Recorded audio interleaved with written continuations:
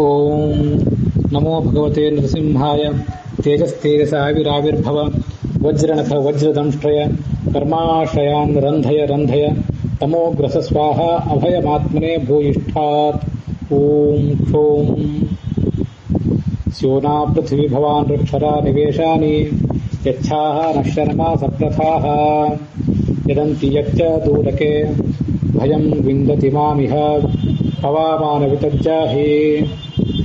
ಭದ್ರಂ ಕರ್ಣೇಭಿಃ ಶೃಣುಜಾಮದೇವಾಃ ಭದ್ರಂ ಪಶ್ಯೇಮಾಕ್ಷಭಿರ್ಯಜತ್ರಾಃ ಸ್ಥಿರೈರಂಗೈಃ ಸ್ತುಷ್ಟವಾಂಸಸ್ತನೂಭಿರ್ವ್ಯಶೇಮ ದೇವಹಿತಂ ಯದಾಯುಃ. ಶ್ರೀ ಗುರುಭ್ಯೋ ನಮಃ. ಅಧಿಕ ಜ್ಯೇಷ್ಠಮಾಸಸ್ಯ ಭಗವತಃ ಪುರುಷೋತ್ತಮಸ್ಯ ಪ್ರಿಯತಮಸ್ಯ ತೃತೀಯೇ ದಿವಸೆ ಅಸ್ಮಿನ್ ಭಗವತ ಬಾದರಾಯಣೇನ ರಚಿತೆ ಮಹಾಭಾರತೆ ಪಂಚಮ ವೇದಾಖ್ಯೆ ವನಪರ್ವ ಇತಿ ಖ್ಯಾತಂ ಯತ್ ತೃತೀಯಂ ಪರ್ವ. ತತ್ರ ವರ್ತಮಾನೇಷು ಅನೇಕೇಷು ಭಾಗೇಷು ಕಶ್ಚನ ರಸಪೂರ್ಣಃ ಭಾಗಃ ಯಕ್ಷಪ್ರಶ್ನ ಇತಿ. ಯಕ್ಷರೂಪಿಣ ಯಮೇನ ಯೇ ಪ್ರಶ್ನಾಃ ಪಂಚ ಪಾಂಡವಾನ್ ಪ್ರತಿ ಪೃಷ್ಟಾಃ ಭೀಮಸಹಿತಾಃ ಚತ್ವಾರಃ ಅನುಜಾಃ ಪಾಂಡವಾಃ ತಾನ್ ಪ್ರಶ್ನಾನ್ ಅನುಕ್ತ್ವಾ ಜಲಂ ಪಾತು ಕಾಮಾಃ ತಸ್ಮಿನ್ ಸರೋವರೆ ಜಲಂ ಪಾತು ಕಾಮಾಃ ಗತಪ್ರಾಣಾಃ ನಿಪೇತುಃ. ತತ್ರ ಅನಂತರಂ ಆಜಗಾಮ ಪಾಂಡವಾಗ್ರಜಃ ಯುಧಿಷ್ಠಿರಃ ಯಃ ಸ್ವಯಮಪಿ ಯಮಾಂಶ ಸಂಭೂತಃ ಸಹ ಜಲಂ ಪಾತುಂ ನೈಚ್ಛತ್. ತಂ ಯುಧಿಷ್ಠಿರಮಪಿ ಏವಂ ಜಾಗೃತಂ ಚಕಾರ ಸಹ ಯಕ್ಷಃ. ಅಸ್ಮಿನ್ ಸರೋವರೆ ಪ್ರವಿಶ್ಯ ನೈವ ಜಲಂ ಪಿಬ, ಪ್ರಥಮಂ ಮಮ ಪ್ರಶ್ನಾನ್ ವ್ಯಾಕುರು ತದನಂತರಮೇವ ಚ ಜಲಂ ಪಿಬ ಹರ. ಸರ್ವೇ ತೇ ಅನುಜಾಃ ಮಮ ಆದೇಶಂ ಆಕರಣಯುಕ್ತ್ವಾಪಿ ಮಮ ಪ್ರಶ್ನಾನ್ ಅನುಕ್ತ್ವಾ ಅಸ್ಮಿನ್ ಸರಸಿ ಪ್ರವಿಶ್ಯ ಗತಪ್ರಾಣಾಃ ಬಭೂವುಃ. ಏತಂ ಚ ಆದೇಶಂ ಶ್ರುತ್ವಾ ಯುಧಿಷ್ಠಿರಃ ಯಥಾ ಪ್ರಜ್ಞಂ, ಯಾ ಪ್ರಜ್ಞಾ ಮಮ ವರ್ತತೆ ಸರ್ವಜ್ಞೋಸ್ಮೀತಿ ನ ಚಿಂತಯಾಮಿ, ಪರಂತು ಯಾ ಪ್ರಜ್ಞಾ ಮಮ ವರ್ತತೆ ತಾಂ ಪ್ರಜ್ಞಾಂ ಅನುಸೃತ್ಯೈವ ಭವತಃ ಯೇ ಪ್ರಶ್ನಾಃ ತಾನ್ ಪ್ರತಿವದಾಮಿ. ಯೇ ಭವತಃ ಪ್ರಶ್ನಾಃ ತಾನ್ ಪೃಚ್ಛ ಇತಿ ತಂ ಯಕ್ಷಂ ವಿಜ್ಞಾಪಯಾಮಾಸ. ಯಕ್ಷರೂಪಿಯಾದ ಯಮ ಮತ್ತೆ ಯಮನ ಅಂಶ ಸಂಭೂತನೇ ಆದಂಥ ಯುಧಿಷ್ಠಿರ, ಅವರಿಬ್ಬರ ನಡುವೆ ನಡೆದಂಥ ಧರ್ಮ ಅರ್ಥ ಕಾಮ ಮೋಕ್ಷಗಳನ್ನು ನಾಲ್ಕನ್ನು ಒಳಗೊಂಡಂಥ, ಜೀವನದ ಸಕಲ ಸಂದೇಶವನ್ನು ಒಳಗೊಂಡಂಥ, ಐಹಿಕ ಜಗತ್ತಿನ ಸಾಧನೆಗೆ ಪಾರತ್ರಿಕ ಜಗತ್ತಿನ ಸಾಧನೆಗೂ ಕೂಡ ಬೇಕಾದಂಥ ಸಂದೇಶಗಳನ್ನು ಒಳಗೊಂಡಂಥ ಯಕ್ಷ ಪ್ರಶ್ನವನ್ನು ನಾವೀಗ ಶ್ರವಣ ಮಾಡ್ತಿದ್ದೇವೆ. ಅದರ 3ನೇ ದಿವಸ ಇದೆ. ಕಳೆದ ದಿವಸ ಆ ಯಕ್ಷ ಪ್ರಶ್ನೆ ಮಾಡಿದ ಅನೇಕ ಪ್ರಶ್ನೆಗಳಿಗೆ ಸಮುಚಿತವಾಗಿ ಯುಧಿಷ್ಠಿರ ಏನು ಉತ್ತರಿಸಿದ್ದ ಅಂತ ಅನ್ನೋದನ್ನ ನೋಡಿದ್ವಿ. ಶ್ರೋತ್ರಿಯ ಅಂದ್ರೆ ಏನು ಅದನ್ನೆಲ್ಲ ನೋಡಿದ್ದೀವಿ ನಾವು. ಬ್ರಾಹ್ಮಣ ತರಿಸ್ಕೋಬೇಕಾದ್ರೆ ಅವನಿಗೇನು ಅರ್ಹತೆ ಅಂತ ಅನ್ನೋದನ್ನು ನೋಡಿದ್ದೀವಿ. ನಮಗೆ ಈ ಸಂಗತಿ ಗೊತ್ತಿರಬೇಕು. ನಮಗೆ ತಂದೆ ತಾಯಂದ್ರು ಬ್ರಾಹ್ಮಣರಾದ್ರೆ ನಾವು ಕೂಡ ತಂದೆ ಬ್ರಾಹ್ಮಣರು ಅಂತ ಕರೆಸ್ಕೋತೇವೆ, ಅವರು ಕ್ಷತ್ರಿಯರಾದ್ರೆ ನಾವು ಕ್ಷತ್ರಿಯರು ಅಂತ ಕರೆಸ್ಕೋತೇವೆ. ಆದರೆ 2 ಥರದ ವರ್ಣ ವ್ಯವಸ್ಥೆ ಇದೆ. ಗೀತಾ ವ್ಯಾಖ್ಯಾನಗಳಲ್ಲಿ ಆಚಾರ್ಯರು ಅದನ್ನು ವಿವರಿಸ್ತಾರೆ. ಕಳೆದ ದಿವಸ ನಾವು ಅದನ್ನು ನೋಡಲಿಲ್ಲ, ಇವತ್ತು ನೋಡಬೇಕಾಗಿದೆ. ಸ್ವಾಭಾವಿಕೋ ಬ್ರಾಹ್ಮಣಾದಿ ಶಮಾದ್ಯೈರೇವ ಭಿದ್ಯತೆ ಯೋನಿ ಭೇದಕತೋ ಭೇದ ಜ್ಞೇಯ ಔಪಾಧಿಕ ಸ್ವಯಂ. ನಮ್ಮ ಸ್ವರೂಪ ಕಂಟಿದ ಒಂದು ಜಾತಿ ಪದ್ಧತಿ ಇದೆ, ನಮ್ಮ ಶರೀರಕ್ಕೆ ಮಾತ್ರ ಸೀಮಿತವಾದ ಒಂದು ಜಾತಿ ಪದ್ಧತಿ ಇದೆ. ಕೆಲವರಿಗೆ ಭಾರಿ ಆಶ್ಚರ್ಯ, ಶರೀರಕ್ಕೆ ಅಂಟಿದ ಜಾತಿ ಪದ್ಧತಿಯೇ ತೊಲಗಬೇಕು, ಜಾತಿ ವರ್ಗರಹಿತವಾದ ಸಮಾಜ ನಿರ್ಮಾಣ ಆಗಬೇಕು ಅಂತ ಕಂಕಣ ತೊಟ್ಟು ಹೋರಾಡೋರು ಇರ್ತಾರೆ. ಇದೇ ಹೋಗ್ಬೇಕು ಅಂತ ನಾವಿದ್ದಾಗ ಸ್ವರೂಪಕ್ಕೆ ಅಂಟಿದ ಒಂದು ಜಾತಿ ಪದ್ಧತಿಯೂ ಇದೆ. ಅದು ಈ ಸಂಸಾರದಲ್ಲಿ ಅಲ್ಲದೆ ಮುಕ್ತಿಯಲ್ಲಿಯೂ ಕೂಡ ಆ ಸ್ವರೂಪ ಕಂಟಿದ ಜಾತಿ ಪದ್ಧತಿ ಅನಿವೃತ್ತ ಆಗ್ತದೆ ಅಂತ ಬೇರೆ ಹೇಳ್ತೀರಿ. ಇದೇನು ಗತಿ? ಇದೇ ಹೋಗ್ಬೇಕು ಅಂತ ನಾವು ಅಂತಿರುವಾಗ ಅದು ಒಂದಿದ್ರ ಗತಿ ಏನು ಅಂತ ಮತ್ತೊಂದು ದೊಡ್ಡ ಕೋಲಾಹಲವೇ ಆದೀತು. ಇದೇ ಶಾಸ್ತ್ರ ಅದನ್ನು ಹೇಳಿದೆ. ಆದರೆ ನಮಗೆ ಈಗ ನೀವು ಯಾವ ಹುಟ್ಟಿನಲ್ಲಿ ಹುಟ್ಟಿದ್ದೀವಿ, ಯಾವ ತಂದೆ ತಾಯಂದಿರಲ್ಲಿ ಹುಟ್ಟಿದ್ದೀವಿ ಅಂತಂದ್ರೆ ಈಗ ಮುಖ್ಯ ಆಗ್ತದೆ. ಯಾಕೆಂದ್ರೆ ನಮ್ಮ ಸ್ವರೂಪ ಏನು ಅಂತ ನಮಗೆ ಗೊತ್ತಿಲ್ಲ. ಶಾಸ್ತ್ರಕ್ಕನುಸಾರವಾಗಿ ಸಾತ್ವಿಕರು, ರಾಜಸರು, ತಾಮಸರು ಅಂತ ಇದ್ದಾರಲ್ಲ. ದೇವತೆಗಳು ಎಲ್ಲರೂ ಸಾತ್ವಿಕರೇ ಆಗಿರ್ತಾರೆ, ದೈತ್ಯರು ಎಲ್ಲರೂ ತಾಮಸರೇ ಆಗಿರ್ತಾರೆ. ಈ ಮನುಷ್ಯ ಏನಿರ್ತಾನಲ್ಲ, ಇವರು ಕೆಲವರು ಸಾತ್ವಿಕರು ಆಗಿರ್ತಾರೆ, ಕೆಲವರು ರಾಜಸರು ಆಗಿರ್ತಾರೆ, ಕೆಲವರು ತಾಮಸರು ಆಗ್ತಾರೆ. ದೇವತೆಗಳೆಲ್ಲ ಮುಕ್ತಿ ಯೋಗ್ಯರೇ ಕಡ್ಡಾಯವಾಗಿ, ಮತ್ತೆ ರಾಕ್ಷಸರೆಲ್ಲ ತಮೋಯೋಗ್ಯರೇ ಕಡ್ಡಾಯವಾಗಿ. ಮನುಷ್ಯರು ಮಾತ್ರ ಆ ಮೂರು ವರ್ಗೀಕರಣಗಳಿರ್ತಾವ ನೋಡ್ರಿ. ಸಾತ್ವಿಕ ಮನುಷ್ಯರನ್ನ ರಾಜಸರು ಅಂತ ಕರೀತಾರಲ್ಲ, ರಾಜಸರಲ್ಲಿಯೂ ಕೂಡ ಮನುಷ್ಯರಲ್ಲಿ ರಾಜಸ ಸಾತ್ವಿಕರು, ರಾಜಸರು, ರಾಜಸ ತಾಮಸರು ಅಂತ ಇರ್ತಾರಲ್ಲ. ಆ ರಾಜಸ ಸಾತ್ವಿಕರು ಅಂತ ಮೊದಲನೇವ್ರು ಇರ್ತಾರಲ್ಲ, ಅವರಲ್ಲಿ ವರ್ಗೀಕರಣ. ರಾಜಸರು ಅಂತ ಮನುಷ್ಯರಲ್ಲಿ ಇರ್ತಾರಲ್ಲ, ಅವರು ಸಂಸಾರದಲ್ಲೇ ತೊಳಲಾಡ್ತಿರ್ತಾರೆ. ರಾಜಸ ತಾಮಸರು ಅಂತ ಇರ್ತಾರಲ್ಲ, ಅವರು ತಮಸ್ಸಿಗೆ ಹೋಗ್ತಾರೆ. ಅಂತೂ ಒಟ್ಟು 9 ವರ್ಗೀಕರಣ. ಸಾತ್ವಿಕರು, ರಾಜಸರು, ತಾಮಸರಲ್ಲಿ ಸಾತ್ವಿಕರು, ಸಾತ್ವಿಕ ರಾಜಸರು, ಸಾತ್ವಿಕ ತಾಮಸರು, ರಾಜಸ ಸಾತ್ವಿಕರು, ರಾಜಸರು, ರಾಜಸ ತಾಮಸರು, ತಾಮಸರಲ್ಲಿ ತಾಮಸ ಸಾತ್ವಿಕರು, ತಾಮಸ ರಾಜಸರು, ತಾಮಸ ತಾಮಸರು ಅಂತ ಒಟ್ಟು 9ರಲ್ಲಿ 3 ಮೊದಲಿನ 3ಅಂತೂ ದೇವತೆಗಳಿಗೆ ಸಂಬಂಧಪಟ್ಟದ್ದು ಮುಕ್ತಿಗೆ ಹೋಗೋರು. ಕೊನೆ 3 ಏನಿದೆಯಲ್ಲ ಅವರು ತಮಸ್ಸಿಗೆ ಹೋಗೋರು. ಈ ನಡುವಿನ 3 ಏನಿದೆಯಲ್ಲ ಅದರಲ್ಲಿ ಆ ರಾಜಸ ಸಾತ್ವಿಕರು ಅಂತಿದ್ದಾರಲ್ಲ ಮುಕ್ತಿಗೆ ಹೋಗ್ತಾರೆ. ಅವರು ಮನುಷ್ಯೋತ್ತಮರು ಅಂತ ಯಾರನ್ನು ಹೇಳ್ತಿರ್ತಾರಲ್ಲ, 32ನೇ ಕಕ್ಷಾದಲ್ಲಿ ಬಂದವರು, ಅವ್ರನ್ನ ರಾಜಸ ಸಾತ್ವಿಕರು ಅಂತಾರೆ. ಅವ್ರು ಮುಕ್ತಿಗೆ ಹೋಗ್ತಾರೆ. ರಾಜಸರು ಅಂತ ಏನಿರ್ತಾರಲ್ಲ ನಿತ್ಯ ಸಂಸಾರಿಗಳಾಗಿರ್ತಾರೆ. ರಾಜಸ ತಾಮಸರು ಅಂತ ಯಾರಿರ್ತಾರಲ್ಲ ಅವರು ಅವರು ಮರಿ ದೈತ್ಯರಾಗಿರ್ತಾರೆ. ಮರಿ ಪುಢಾರಿಗಳು ಅಂತ ಹೇಗಿರ್ತಿರ್ತಾರೆ ಹಾಗೆ ಮರಿ ದೈತ್ಯರಾಗಿರ್ತಾರೆ. ಅಂತೂ ಅವರೆಲ್ಲ ತಮೋಯೋಗ್ಯರಾದವರೇ. ಹೀಗೆ ಮನುಷ್ಯರಲ್ಲಿ ಅದರಲ್ಲೂ ರಾಜಸ ಸಾತ್ವಿಕರಾಗಿರ್ತಾರಲ್ಲ, ಮುಕ್ತಿಯೋಗ್ಯರಾದ ಮನುಷ್ಯರು, ಅವರಲ್ಲಿ ಬ್ರಾಹ್ಮಣ, ಕ್ಷತ್ರಿಯ, ವೈಶ್ಯ, ಶೂದ್ರ ಅಂತ ಒಂದು ವಿಭಾಗ ಇದೆ. ಇದು ಸ್ವರೂಪಕ್ಕೆ ಸಂಬಂಧಪಟ್ಟಂತಹ ವರ್ಣ ವ್ಯವಸ್ಥೆ. ಮತ್ತೆ ಅದನ್ನು ಹೇಗೆ ತೀರ್ಮಾನ ಮಾಡಬೇಕು ಅಂತಂದ್ರೆ, ಯಾರಿಗೆ ಶಮ ದಮ ಸಂಪತ್ತಿ ಹೆಚ್ಚಿರ್ತದೋ ಅವರು ಬ್ರಾಹ್ಮಣರು, ಶಮದಮಾದಿ ಸಂಪತ್ತಿ ಕಡಿಮೆ ಆಗ್ತಾ ಬಂದಂತೆ ಅವರು ರಾಜಸರು, ಕ್ಷತ್ರಿಯರಾಗ್ತಾರೆ. ಮತ್ತೂ ಕಡಿಮೆ ಆದರೆ ವೈಶ್ಯರಾಗ್ತಾರೆ, ಮತ್ತೂ ಕಡಿಮೆ ಆದರೆ ಶೂದ್ರರು ಅಂತ ಕರೆಸ್ಕೊತಾರೆ.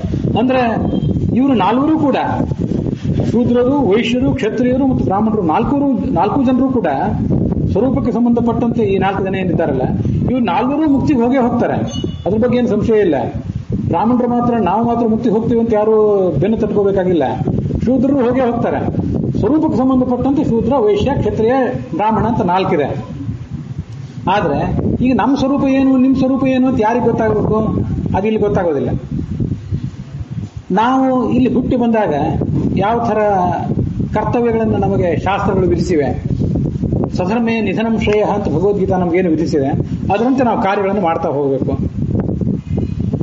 ಅದು ನಮಗೀಗ ಮುಖ್ಯ ಆಗಬೇಕು. ಆದರೆ ಕೊನೆಗೊಮ್ಮೆ ಅದು ಮುಖ್ಯ ಆಗ್ತದೆ. ನಮ್ಮ ಒಟ್ಟಾರೆ ಜೀವಮಾನವನ್ನು ಕಂಟ್ರೋಲ್ ಮಾಡೋದೇನಿದೆ ಒಳಗಿನ ಜಾತಿ ವ್ಯವಸ್ಥೆ. ಈಗಿನ ನಮ್ಮ ಹುಟ್ಟು ನಮ್ಮ ಜಾತಿ ಕಾಲಮ್ನಲ್ಲಿ ಅಪ್ಲಿಕೇಶನ್ ಫಾರ್ಮಲ್ಲಿ ಫಿಲಪ್ ಮಾಡೋದಿರ್ತದಲ್ಲ, ಇದನ್ನು ಕಂಟ್ರೋಲ್ ಮಾಡೋದೇನಿದೆ ನಮ್ಮ ಹುಟ್ಟಿಗೆ ಸಂಬಂಧಪಟ್ಟ ವರ್ಣ. ಆದರೆ ಇದು ಭಗವಂತನ ದೃಷ್ಟಿಯಲ್ಲಿ ಅಂತಿಮವಾಗಿ ಮುಖ್ಯ ಅಲ್ಲ. ಅಂತಿಮವಾಗಿ ಅದೇ ಮುಖ್ಯ. ಮೋಕ್ಷದಲ್ಲಿಯೂ ಕೂಡ ಕಂಟಿನ್ಯೂ ಆಗೋದು ಅದೇ. ಅಲ್ಲಿಯೂ ಕೂಡ ಮುಕ್ತರಾದ ಮನುಷ್ಯರಲ್ಲಿ ಬ್ರಾಹ್ಮಣರು, ಕ್ಷತ್ರಿಯರು, ವೈಶ್ಯರು, ಶೂದ್ರರು ಅಂತ ಇರ್ತಾರೆ. ಹೀಗೆ ಮನುಷ್ಯನಿಗೆ ಈ 60-70 ವರ್ಷಗಳ ಜೀವಮಾನ ಒಂದು ನಮ್ಮ ಕಣ್ಣೆದುರಿಗಿರೋದು, ಹುಟ್ಟಿ ಸಾಯುವಂಥದ್ದು. ಈ ಹಿಂದೆ ಅನೇಕ ಜನ್ಮಗಳು ನಮಗೂ ಆಗಿ ಹೋಗಿವೆ, ನಿಮಗೂ ಆಗಿ ಹೋಗಿವೆ, ಈಗೂ ಇದೆ, ಇನ್ನು ಮುಂದೂ ಆಗುವಿವೆಯಲ್ಲ. ಇವುಗಳಲ್ಲಿ ಒಟ್ಟಾರೆ ಜೀವಮಾನದಲ್ಲಿ ಮಹಾಜೀವಮಾನ ಅಂತ ಅದನ್ನು ಕರೆಯೋಣ. ಇದರಲ್ಲಿ ನಮ್ಮನ್ನು ಕಂಟ್ರೋಲ್ ಮಾಡುವ ವರ್ಣ ವ್ಯವಸ್ಥೆ ಏನಿದೆಯಲ್ಲ ಅದು ಒಳಗಿಂದ, ಅದು ನಮ್ಮ ಸ್ವಭಾವಕ್ಕೆ ಸಂಬಂಧಪಟ್ಟದ್ದು, ಇದು ನಮ್ಮ ಹುಟ್ಟಿಗೆ ಸಂಬಂಧಪಟ್ಟದ್ದು. ಆದರೆ ಆ ಸ್ವಭಾವ ಏನು ಅಂತ ನಮ್ಗೆ ಗೊತ್ತಾಗೋದಿಲ್ಲಲ್ಲ ಈಗ. ಆದ್ರಿಂದ ಸುಮ್ಮನೆ ಈಗ ಇದರಂತೆ ಮಾಡಬೇಕು. ನಿಮ್ಗೆ ಯಾರಿಗಾದ್ರೂ ನಿಮ್ಮ ಸ್ವಭಾವ ಏನು ಅದಂತೆ ನೀವು ಮಾಡಿ ಅಂತ ಹೇಳಿಬಿಟ್ರೆ ಏನು ಮಾಡ್ಲಿಕ್ಕೆ ಸಾಧ್ಯ ಮನುಷ್ಯ? ನಾನು ಸ್ವಭಾವತಃ ಕ್ಷತ್ರಿಯನೋ ಬ್ರಾಹ್ಮಣನೋ ಅಂತ ಯಾರಿಗೆ ತಿಳಿಲಿಕ್ಕೆ ಸಾಧ್ಯ? ಸ್ವರೂಪ ಕಂಟಿದ ಮುಕ್ತಿಯಲ್ಲಿಯೂ ಕಂಟಿನ್ಯೂ ಆಗಬಲ್ಲಂತಹ ವರ್ಣ ಯಾರಿಗೆ ತಿಳಿತದೆ? ಅದು ತಿಳಿಯೋದಿಲ್ಲ. ಆದ್ರಿಂದ ಅದೆಲ್ಲ ಈಗ ತಲೆ ಕೆಡಿಸ್ಕೋಬೇಡ್ರಿ. ಸದ್ಯ ಏನಾಗಿ ಹುಟ್ಟಿದ್ದೀರಿ ಅದರಂತೆ ನಡ್ಕೊಳ್ರಿ. ಯಾವ ವರ್ಣದಲ್ಲಿ ಹುಟ್ಟಿದ್ದೀರಿ ಅದರಂತೆ ನಡ್ಕೊಳ್ರಿ. ಯಾವ ಆಶ್ರಮದಲ್ಲಿದ್ದೀರಿ ಅದಕ್ಕೆ ತಕ್ಕಂತೆ ನಡ್ಕೊಳ್ರಿ. ಬ್ರಹ್ಮಚಾರಿ ಆದ್ರೆ ಬ್ರಹ್ಮಚಾರಿ ಅಂತೆ, ಗೃಹಸ್ಥನಾದ್ರೆ, ವಾನಪ್ರಸ್ಥನಾದ್ರೆ, ಮತ್ತೆ ಸನ್ಯಾಸಿ ಆದ್ರೆ ಅದರಂತೆ ನಡ್ಕೊಳ್ರಿ ಅಂತ ಶಾಸ್ತ್ರ ನಮಗೆ ವಿಧಾನ ಮಾಡಿದೆ. ನೀವು ಬಹಳ ಸಾಧನೆಯಲ್ಲಿ ಮುಂದಿನ ಹಂತಕ್ಕೆ ಹೋದಂತೆ ನೀವು ಒಳಗೆ ಏನು ಅಂತ ಗೊತ್ತಾಗ್ತದೆ. ಈಗ ಸದ್ಯ ನಾವೇನು, ನೀವು ಯಾರು ಅಂತ ನಮ್ಮನ್ನ ಯಾರು ಕೇಳಿದ್ರೆ ನಮ್ಗೇನು ಗೊತ್ತಿದೆ? ನಮ್ಮ ಒಳಗಿಂದ ಏನಾದ್ರು ಗೊತ್ತಿದೆ? ನಮಗೆ ಏನೂ ಗೊತ್ತಿಲ್ಲ. ನಮ್ಗೆ ಹೊರಗಿಂದೇ ಗೊತ್ತು. ಇಂಥವ್ರ ಮಗ, ಇಂಥವ್ರ ಗಂಡ, ಇಂಥವ್ರ ಹೆಂಡತಿ, ಇಂಥವ್ರ ಮೊಮ್ಮಗ ಮರಿಮಗ, ಇಷ್ಟೇ ನಮ್ಗೆ ಗೊತ್ತಿರೋದು. ನಾವು ಗಳಿಸಿದ ಪದವಿಗಳು, ನಾವು ಅನುಭವಿಸುವ ಅಧಿಕಾರ, ನಮಗೆ ಇಷ್ಟೇ ಮುಖ್ಯ ಈಗ. ಹೊರತು ಒಳಗಿಂದ ಯಾರಿಗೂ ಗೊತ್ತಿಲ್ಲ. ವಿಹಿತೋ ಯಸ್ಯ ಯೋ ಧರ್ಮ ತೇನ ಮುಕ್ತಿರ್ಭವೇತ್ತಸ್ಯ ತಂ ಗುರುರ್ ವೇದ ನೇತರಃ. ನಾವು ಸಾಧನೆಯಲ್ಲಿ ಮೇಲ್ಮೇಲೆ ಹೋದಂತೆ ನಮಗೊಬ್ಬ ಗುರು ಸಿಗ್ತಾನೆ. ಈಗಿರುವ ಗುರುಗಳಲ್ಲ, ಇವರೆಲ್ಲ ಸ್ವರೂಪ ಗುರುಗಳಲ್ಲ. ಸ್ವರೂಪ ಗುರು ಅಂತ ಮುಂದೊಬ್ಬ ಸಿಗ್ತಾನೆ. ಅವನು ನೀನು ಸ್ವರೂಪತಃ ನಿನ್ನ ಸ್ವರೂಪ ಏನು, ಯಾವ ಥರ ಸಾಧನೆ ಮಾಡಬೇಕು, ಭಗವಂತನ ಯಾವ ರೂಪವನ್ನು ಉಪಾಸನೆ ಮಾಡಬೇಕು ಅಂತ ಅನ್ನೋದನ್ನ ನಮಗೆ ತಿಳಿಸ್ತಾನೆ. ತಮ್ಮ ಗುರು ವೇದ ನೇತರಃ, ಬೇರೆಯವ್ರಿಗೆ ಗೊತ್ತೇ ಇರೋದಿಲ್ಲ. ಆದ್ರಿಂದಲೇ ಕೆಲವು ಮಹಾರಾಜರು, ಪ್ರಿಯವೃತ ಮಹಾರಾಜ ಮೊದಲಾದವರು, ನಮಗೆ ಈ ಸಂಸಾರ ಬೇಡ, ರಾಜ್ಯ ಬೇಡ, ನಾವು ಸನ್ಯಾಸಿ ಆಗಿಬಿಡ್ತೀವಿ ಅಂತ ಹೊರಟಾಗ, ನೀವು ಅದನ್ನು ಮಾಡ್ತಕ್ಕದ್ದಲ್ಲ, ನಿಮಗೆ ಗೃಹಸ್ಥರಾಗಿಯೇ ಸಾಧನೆ ಅಂತ ಚತುರ್ಮುಖ ಬ್ರಹ್ಮ ಅವನಿಗೆ ಹೇಳಿದ್ನಲ್ಲ. ಆ ರಾಜನ ಯೋಗ್ಯತಾ ದೊಡ್ಡದಿತ್ತು. ಚತುರ್ಮುಖ ಬ್ರಹ್ಮ ಬಂದು ನೇರವಾಗಿ ಹೇಳಿದ. ಈಗ ನಮಗೆ ನಮ್ಮ ಸಾಧನೆ ಆ ಲೆವೆಲ್ಗಿನ್ನೂ ಹೋಗಿಲ್ಲಲ್ಲ. ಆದ್ರಿಂದ ನಾವೊಂದು ತಪ್ಪಿ ನಡೆದ್ರೆ ಏನೋ ಆಗ್ಬೇಕಾದ್ರೂ ಮತ್ತೊಂದೇನೋ ಆಗಿಬಿಟ್ಟಿರ್ತೀವಿ. ನಮ್ಮವ್ರಿಗೆ ಬಹುತೇಕ ನಮ್ದೆಲ್ಲರೂ ಹಾಗೆ, ಏನೋ ಆಗ್ಬೇಕಾಗಿತ್ತು ಮತ್ತೊಂದೇನೋ ಆಗ್ತಿರ್ತೇವೆ. ನಾವು ಹೇಳುವವರು ಕೇಳುವವರು ಇರೋದಿಲ್ಲ. ಯಾಕಂದ್ರೆ ನಮ್ಮ ಸ್ವರೂಪ ಗುರು ನಮ್ಗಿನ್ನೂ ಬಂದಿಲ್ಲ. ಯಾಕಂತಂದ್ರೆ ಆ ಲೆವೆಲ್ಗೆ ನಾವೇ ಏರಿಲ್ಲ ಇನ್ನು. ಈ ಎಲ್ಲ ಸ್ಥಿತಿಗಳಲ್ಲಿ, ಇಂಥ ಗೊಂದಲಗಳಲ್ಲಿ ನಾವಿರ್ತೇವೆ. ಆದರೆ ಸದ್ಯ ಬೇರೆ ಮಾರ್ಗ ಇಲ್ಲ. ಈಗ ಏನಾಗಿ ಹುಟ್ಟಿದ್ದೀವಿ, ಯಾವ ಆಶ್ರಮದಲ್ಲಿದ್ದೇವೆ, ಅದಕ್ಕೆ ತಕ್ಕಂತೆ ಕರ್ಮಗಳನ್ನು ಮಾಡ್ತಾ ಹೋಗೋದಷ್ಟೇ. ಹೀಗೆ ಸ್ವರೂಪಕ್ಕೆ ಸಂಬಂಧಪಟ್ಟಂತೆ ಮತ್ತು ನಮ್ಮ ದೇಹಕ್ಕೆ ಸಂಬಂಧಪಟ್ಟಂತೆ ಎರಡು ವರ್ಣಗಳಿರ್ತವೆ. ಆದರೂ ಬ್ರಾಹ್ಮಣನಾಗಿ ಹುಟ್ಟಿದ್ರೆ ವೇದಾಧ್ಯಯನ ಮೊದಲಾದನ್ನು ಮಾಡಲೇಬೇಕು ಅವನು. ಅದನ್ನು ಮಾಡದೆ ಹೋದರೆ ಸ್ವಾಧ್ಯಾಯ ಯೇಷಾಂ ದೈವತ್ವಂ, ಬ್ರಾಹ್ಮಣ ಭೂಲೋಕದ ದೇವತೆ ಅಂತ ಕರೆಸ್ಕೊತಾನೆ. ಅವನಿಗೆ ಗೌರವ ಕೊಡ್ತಾರೆ ಜನ. ಇವತ್ತು ಎಷ್ಟೇ ಕಾಲ ಕೆಟ್ಟಿದ್ರು ಯೋಗ್ಯರಾದವರಿಗೆ, ಸಜ್ಜನರಾದವರಿಗೆ ಗೌರವ ಇದ್ದೇ ಇದೆಯಲ್ಲ. ಯಾಕೆ ಕೊಡ್ತಾರೆ ಅಂತಂದ್ರೆ ಆ ಯೋಗ್ಯತಾ ಉಳಿಸ್ಕೊಂಡಿದ್ರೆ ಕೊಟ್ಟೆ ಕೊಡ್ತಾರೆ. ಅದು ತಪ್ಪಿ ನಡೆದ್ರೆ, ಗೂಳಿ ಹಳ್ಳಕ್ಕೆ ಬಿದ್ದರೆ ಆಳಿಗೊಂದು ಕಲ್ಲು ಅಂತೇಳಿ ಎಲ್ಲರೂ ಅವ್ರನ್ನ ಬೈಯೋರು ಇದ್ದೇ ಇರ್ತಾರೆ. ಮುಖ್ಯವಾಗಿ ಬ್ರಾಹ್ಮಣನಿಗೆ ಸ್ವಾಧ್ಯಾಯ, ಅದನ್ನು ಬಿಟ್ಟು ಅವನಿಗೆ ಅಸ್ತಿತ್ವವೇ ಇಲ್ಲ ಅಂತ ಶಾಸ್ತ್ರ ಅದನ್ನು ಸ್ಪಷ್ಟವಾಗಿ ಹೇಳಿದೆ. ಕಳೆದ ದಿವಸ ಅನೇಕ ಸಂಗತಿಗಳನ್ನು, ನಮ್ಮ ಇಹಜೀವನಕ್ಕೂ ಕೂಡ ಬೇಕಾದಂಥ ಸಂಗತಿಗಳನ್ನು ಪರಿವಾದ ಮಾಡಬಾರ್ದು, ಇನ್ನೊಬ್ಬರ ಬಗ್ಗೆ ಗಾಸಿಪ್ ಮಾಡಬಾರ್ದು, ವ್ಯರ್ಥವಾದಂಥ ಹರಟೆ, ಮತ್ತೊಬ್ಬರ ಬಗ್ಗೆ ಟೀಕೆ, ಇದನ್ನೆಲ್ಲ ಮಾಡಬಾರ್ದು. ಅದೆಲ್ಲ ದುಷ್ಟರ ಲಕ್ಷಣ ಅಂತನ್ನೋದನ್ನೆಲ್ಲ ಕಳೆದ ದಿವಸ ನಾವು ನೋಡಿದ್ದೀವಿ.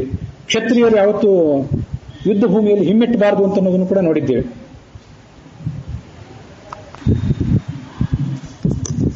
ಯಕ್ಷ ಉವಾಚ ಕಿಮೇಕಂ ಯಜ್ಞಂ ಸಾಮ ಕಿಮೇಕಂ ಯಜ್ಞಂ ಯಜುಃ ಕಾಚೈಷಾಂ ಋಣುತೆ ಯಜ್ಞಂ ಕಾಂ ಯಜ್ಞೋ ನಾತಿ ವರ್ತತೆ.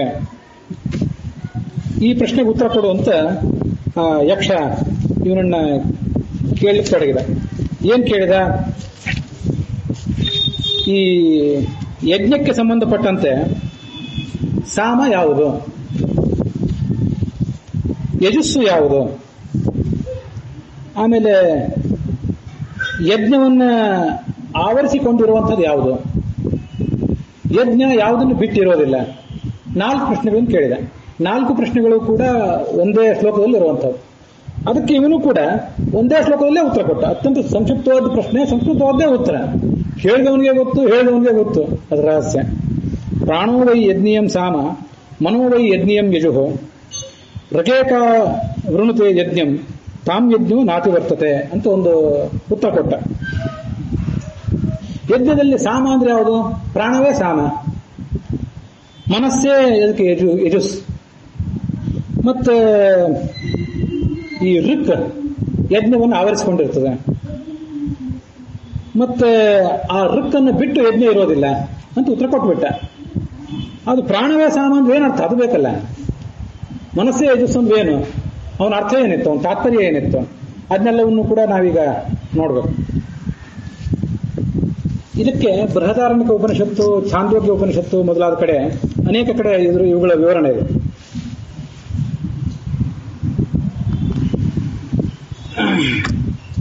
ಏನು ಹಾಗಂದ್ರೆ ಅಂತಂದ್ರೆ, ಈ ಬೃಹದಾರಣ್ಯಕ ಉಪನಿಷತ್ನಲ್ಲಿ ಹೀಗೊಂದು ಮಾತಿದೆ. ವಾಗೇವ ಋಗ್ವೇದ ಮನೋ ಯಜುರ್ವೇದ ಪ್ರಾಣ ಸಾಮವೇದ. ಋಗ್ವೇದ ಯಾರು? ವಾಕ್ ಋಗ್ವೇದ, ಮನಸ್ಸೇ ಯಜುರ್ವೇದ, ಪ್ರಾಣವೇ ಸಾಮವೇದ. ಹೀಗೆಲ್ಲ ಬೃಹದಾರಣ್ಯಕ ಉಪನಿಷತ್ನಲ್ಲಿ ಅದರ ಅಭಿಮಾನಿ, ಅದರ ವಿವರಣೆ ಹೇಳ್ತಾರೆ. ಅದು ಹಾಗಂದ್ರೆ ಏನು?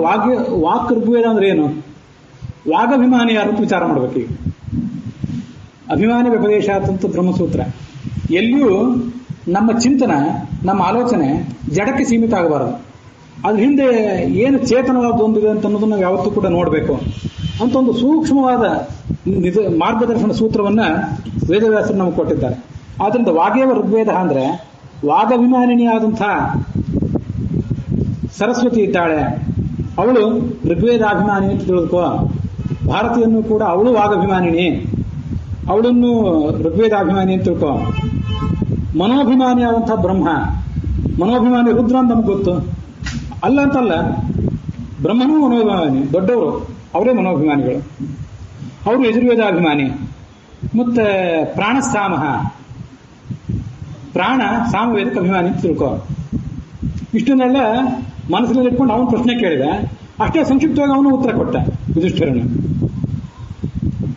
ಇದೇ ಉಪನಿಷತ್ನಲ್ಲಿ ಮತ್ತೊಂದು ಕಡೆ ಎಷ್ಟು ಅದ್ಭುತವಾಗಿ ಒಂದು ಸ್ತೋತ್ರ ಮಾಡ್ತಾರೆ ಅಂತಂದ್ರೆ, ಒಂದು ಆ ಮಾತು ಹೇಳಿಬಿಟ್ರೆ ಭಾರತೀಯ ರಮಣನಾದಂಥ ಪ್ರಾಣನನ್ನು ಸ್ತೋತ್ರ ಮಾಡಿದಂಗೆ ಆಗಿಬಿಡ್ತದೆ, ಸರಸ್ವತಿ ಪತಿಯಾದ ಬ್ರಹ್ಮನನ್ನು ಸ್ತೋತ್ರ ಮಾಡಿದಂಗೆ ಆಗ್ತದೆ. ಏನದು? ನಾವು ಸಾಮ ಅಂತೀವಲ್ಲ, ಸಾಮದಲ್ಲಿ ಭಾರತೀಯೂ ಇದ್ದಾಳೆ, ಮುಖ್ಯ ಪ್ರಾಣನೂ ಇದ್ದಾನೆ, ಸರಸ್ವತಿಯೂ ಇದ್ದಾಳೆ, ಬ್ರಹ್ಮನೂ ಇದ್ದಾನೆ. ಹೇಗದು? ಏಷವು ಏವ ಸಾಮ, ಇವನಿಗೆ ಸಾಮ ಅನ್ಬೇಕು. ವಾಗ್ವೈ ಸಾ ಅಮ ಏಷಃ, ಇದು ಬೃಹದಾರಣ್ಯಕ ಉಪನಿಷತ್ತಿನ ಮಾತೆ. ಸಾಮ ಅನ್ನೋಲ್ಲಿ ಸಾ ಅಮ ಅಂತ ಎರಡಿದೆ. ಆ ವಾಗಭಿಮಾನಿನಿಯಾದ ಭಾರತಿ ಇದ್ದಾಳಲ್ಲ, ಅವಳಿಗೆ ಸಾ ಅನ್ಬೇಕು, ಮುಖ್ಯ ಪ್ರಾಣನಿಗೆ ಅಮ ಅನ್ಬೇಕು, ಅವರಿಬ್ಬರನ್ನು ಸೇರಿ ಸಾಮ ಅನ್ಬೇಕು. ಅವರ ಸ್ವರೂಪ ಯಾವತ್ತೂ ಕೂಡ ಬೇರ್ಪಡಿಸಿದ ಸ್ವರೂಪ. ಅವರ ವೈಶಿಷ್ಟ್ಯ ಅಂತದ್ದು ಅಂತಂದ್ರೆ, ಈ ಶ್ಲೋಕದ ಹಿಂದೆ ಎಷ್ಟು ಅರ್ಥಗಳಿವೆ ಅಂತಂದ್ರೆ, ದೇವಾ ಸಜಾಯ ಮುಚ್ಯಂತೆ ಮಾನುಷ ಉಭಯಾತ್ಮಕಾ ವಿಜಾಯ ಏವ ಯೋಗೀಶಾ ಅಂತ ಭಾಗವತ ತಾತ್ಪರ್ಯದ ಒಂದು ಮಾತು. ಎಲ್ಲಾ ದೇವತೆಗಳು ಕೂಡ ಕಡ್ಡಾಯವಾಗಿ ಸಪತ್ನೀಕರಾಗೇ ಸಾಧನೆ ಮಾಡಿ ಸಪತ್ನೀಕರಾಗೇ ಮುಕ್ತಿಗೆ ಹೋಗ್ತಾರೆ. ಗಣೇಶ, ಸುಬ್ರಹ್ಮಣ್ಯನನ್ನು ಹಿಡಿದು, ಮತ್ತೆ ಅವ್ರ ಬಗ್ಗೆ ಯಾರಿಗೂ ತಪ್ಪು ಕಲ್ಪನೆ ಬೇಡ, ಎಲ್ಲರೂ ವಿವಾಹಿತರೇ. ದೇವಾ ಸಜಾಯ ಮುಚ್ಚಂತೆ ವಿಜಾಯ ಏವ ಯೋಗೀಶಾ. ಈ ಸನಕ ಸನಂದನ ಮೊದಲಾದವರು ಇರ್ತಾರಲ್ಲ, ಸನತ್ ಕುಮಾರ ಅಲ್ಲ, ಸನಕ ಸನಂದನ ಮೊದಲಾದವರು, ಅವರು ಪತ್ನಿ ರಹಿತರಾಗಿ ಸಾಧನೆ ಮಾಡಿ ಪತ್ನಿ ರಹಿತರಾಗೇ ಮುಕ್ತಿಯಲ್ಲಿರ್ತಾರೆ. ಮುಕ್ತಿಯಲ್ಲಿದ್ದಾಗಲೂ ಪತ್ನಿ ರಹಿತರು, ಅವ್ರಿಗೆ ಪತ್ನಿ ಇರೋದಿಲ್ಲ. ಇಲ್ಲೂ ಹಾಗೆ. ಇಲ್ಲಿ ಯಾವಾಗಾದ್ರೂ ಕೆಲವು ಬಾರಿ ಅವತಾರ ಮಾಡಿದಾಗ ಸ್ವಲ್ಪ ಹೆಚ್ಚು ಕಡಿಮೆ ಆಗಬಹುದು. ಅವತಾರಗಳು ಇವೆಲ್ಲ ಏನಿವೆಲ್ಲ ಮೂಲಕ್ಕಿಂತ ಸ್ವಲ್ಪ ಭಿನ್ನವಾಗೇ ಇರ್ತವೆ. ಒಬ್ಬ ದೊಡ್ಡ ದೇವತೆ ಮೂಲದಲ್ಲಿ ಸಪತ್ನೀಕ, ಇಲ್ಲಿ ಸನ್ಯಾಸಿಯಾಗಿ ಅವತಾರ ಮಾಡಿರ್ಬೋದು, ಅದು ಬೇರೆ. ಮತ್ತೆ ಮಾನುಷಾಹ ಉಭಯಾತ್ಮಕ, ನಾವಿದ್ದೀವಲ್ಲ, ನಮ್ಮಲ್ಲಿ ಕೆಲವರು ಸಪತ್ನೀಕರಾಗಿ ಸಾಧನೆ ಮಾಡಿ ಸಪತ್ನೀಕರಾಗೇ ಮುಕ್ತಿಯಲ್ಲಿರ್ತಾರೆ. ಇಲ್ಲಿ ಕೆಲವರು ಪತ್ನಿ ರಹಿತರಾಗಿ ಸಾಧನೆ ಮಾಡಿ ಪತ್ನಿ ರಹಿತರಾಗೇ ಮುಕ್ತಿಯಲ್ಲಿರ್ತಾರೆ.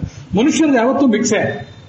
ದೇವತೆಗಳದು ಒಂದೇ ಗ್ರೇಡ್, ಸನಕಾದಿ ಯೋಗಿಗಳದು ಒಂದೇ ಗ್ರೇಡ್, ಮನುಷ್ಯರದು ಮಿಕ್ಸ್. ಮಾನುಷಾಹ ಉಭಯಾತ್ಮಕ. ನೋಡಿ, ಈ ಮುಖ್ಯ ಪ್ರಾಣ ಮತ್ತು ಸರಸ್ವತಿ, ಮುಖ್ಯ ಪ್ರಾಣ ಭಾರತಿ, ಸರಸ್ವತಿ ಬ್ರಹ್ಮರು ಸಪತ್ನೀಕರಾಗೇ ಸಾಧನೆ ಮಾಡ್ತಾರೆ. ನಮಗೆ ಅವ್ರು ಏನಾದ್ರು ಸಹಾಯ ಮಾಡುವಾಗಲೂ ಸಪತ್ನೀಕರಾಗೇ ಮಾಡ್ತಾರೆ. ಅವ್ರನ್ನ ನಾವು ಯಾವತ್ತೂ ಪ್ರತ್ಯೇಕವಾಗಿ ನೆನಪಿಸ್ಕೊಳ್ಳೋದೇ ಇಲ್ಲ. ಭಾರತೀಯ ರಮಣ ಮುಖ್ಯ ಪ್ರಾಣ ಅಂತರ್ಗತನ ಅಂತೇವೆ ಅವರು. ದ್ರೌಪದಿ ರಮಣ ಭೀಮಸೇನ ಅಂತಲೇ ಅಂತೇವೆ, ಲಕ್ಷ್ಮೀನಾರಾಯಣ ಅಂತಲೇ ಅಂತೇವೆ ಅವರನ್ನು. ಅವರನ್ನು ಪ್ರತ್ಯೇಕವಾಗಿ ನಾವು ಸ್ತೋತ್ರವೇ ಮಾಡೋದಿಲ್ಲ. ಅವ್ರ ವ್ಯಕ್ತಿತ್ವನೇ ಅಂಥದ್ದು. ಮತ್ತೆ ನಮಗೆ ಅನೇಕ ಕಡೆ ಇದು ಗೊತ್ತಿದೆಯಲ್ಲ, ಅರ್ಧನಾರಾಯಣರ ರೂಪನ, ನಾವು ಶಿವದ ರೂಪನ ನೋಡಿರ್ತೀವಿ. ಒಂದು ಕಡೆ ಪಾರ್ವತಿ, ಒಂದು ಕಡೆ ಶಿವ. ಅದೆಲ್ಲ ಅದು ಕೇವಲ ಶಿವನಿಗಿರೋದಲ್ಲ, ಮುಖ್ಯ ಪ್ರಾಣಿಗೂ ಅಂತ ಒಂದು ರೂಪ ಇದೆ. ಅರ್ಧನಾರಿ ನರವಪುಹು ವಾಯುಪುತ್ರಜಿತೀರಿತ ಅಂತ ಬೃಹದಾರಣ್ಯಕ ಉಪನಿಷತ್ತಿನ ಭಾಷ್ಯ. ಒಂದು ಕಡೆ ಭಾರತಿ, ಒಂದು ಕಡೆ ಮುಖ್ಯ ಪ್ರಾಣ, ಒಂದೇ ಶರೀರ. ಹೀಗೆಲ್ಲ ದೇವತೆಗಳು ವೈಶಿಷ್ಟ್ಯ ಇರ್ತದೆ. ಅವರು ಸಾಧನೆ ಮಾಡುವಾಗಲೂ ಹಾಗೆ, ಅವತಾರ ಮಾಡುವಾಗಲೂ ಹಾಗೆ ಇರ್ತಾರೆ ಬಹುತೇಕ. ನಮ್ಮಂಥವರಿಗೆ ಏನಾದ್ರು ಸಹಾಯ ಮಾಡುವಾಗ ಗಂಡ ಹೆಂಡತಿ ಕೂಡ ಸಹಾಯ ಮಾಡ್ತಾರೆ. ಗಂಡೊಂದೊಂದು ಅನುಗ್ರಹ, ಹೆಂಡತಿದ್ ಮತ್ತೊಂದು ಅನುಗ್ರಹ. ಆದ್ರಿಂದ ಅವಳಿಗೆ ಅವ್ರನ್ನ ಹೇಳಲಿಕ್ಕೆ ಒಂದೇ ಶಬ್ದ ಸಾಮ. ಬಿಡಿಸಿದ್ರೆ ಸಾ ಅವಳು, ಅವನು ಅವರು ಸಾಮ.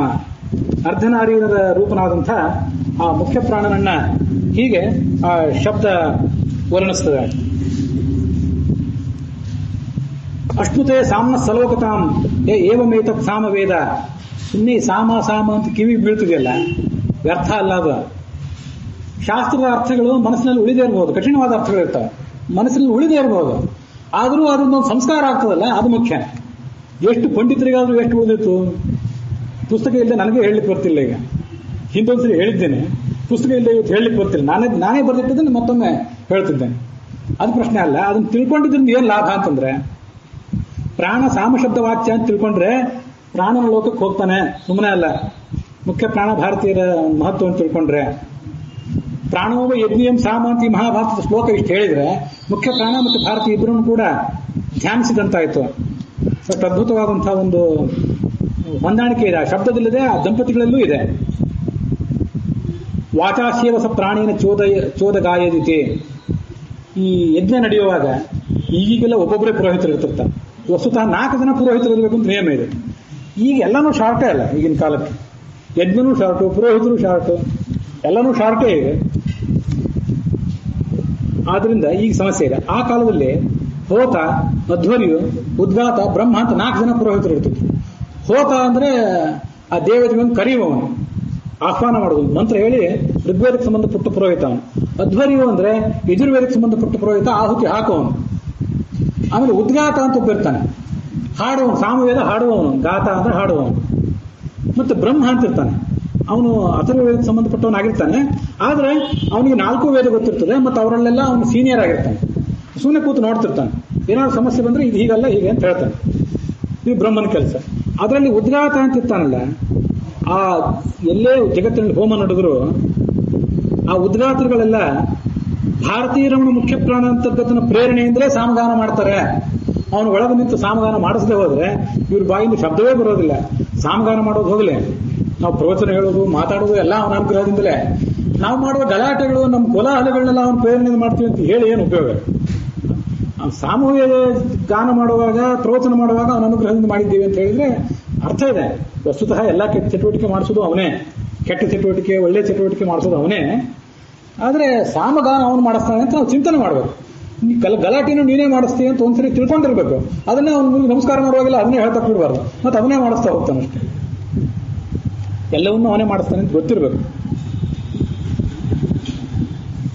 ಇಯಮೇವ ಋಕ್ ಅಗ್ನಿ, ಇಯಮೇವ ಋಕ್ ಅಗ್ನಿ ಸಾಮಃ ತದೇತತ್ ಸಾಮ ರುಚಿ ಅದ್ಯೂಢಂ ತಸ್ಮಾತ್ ರುಚ್ ಅದ್ಯೂಢಂ ಸಾಮ ಗೀಯತೆ.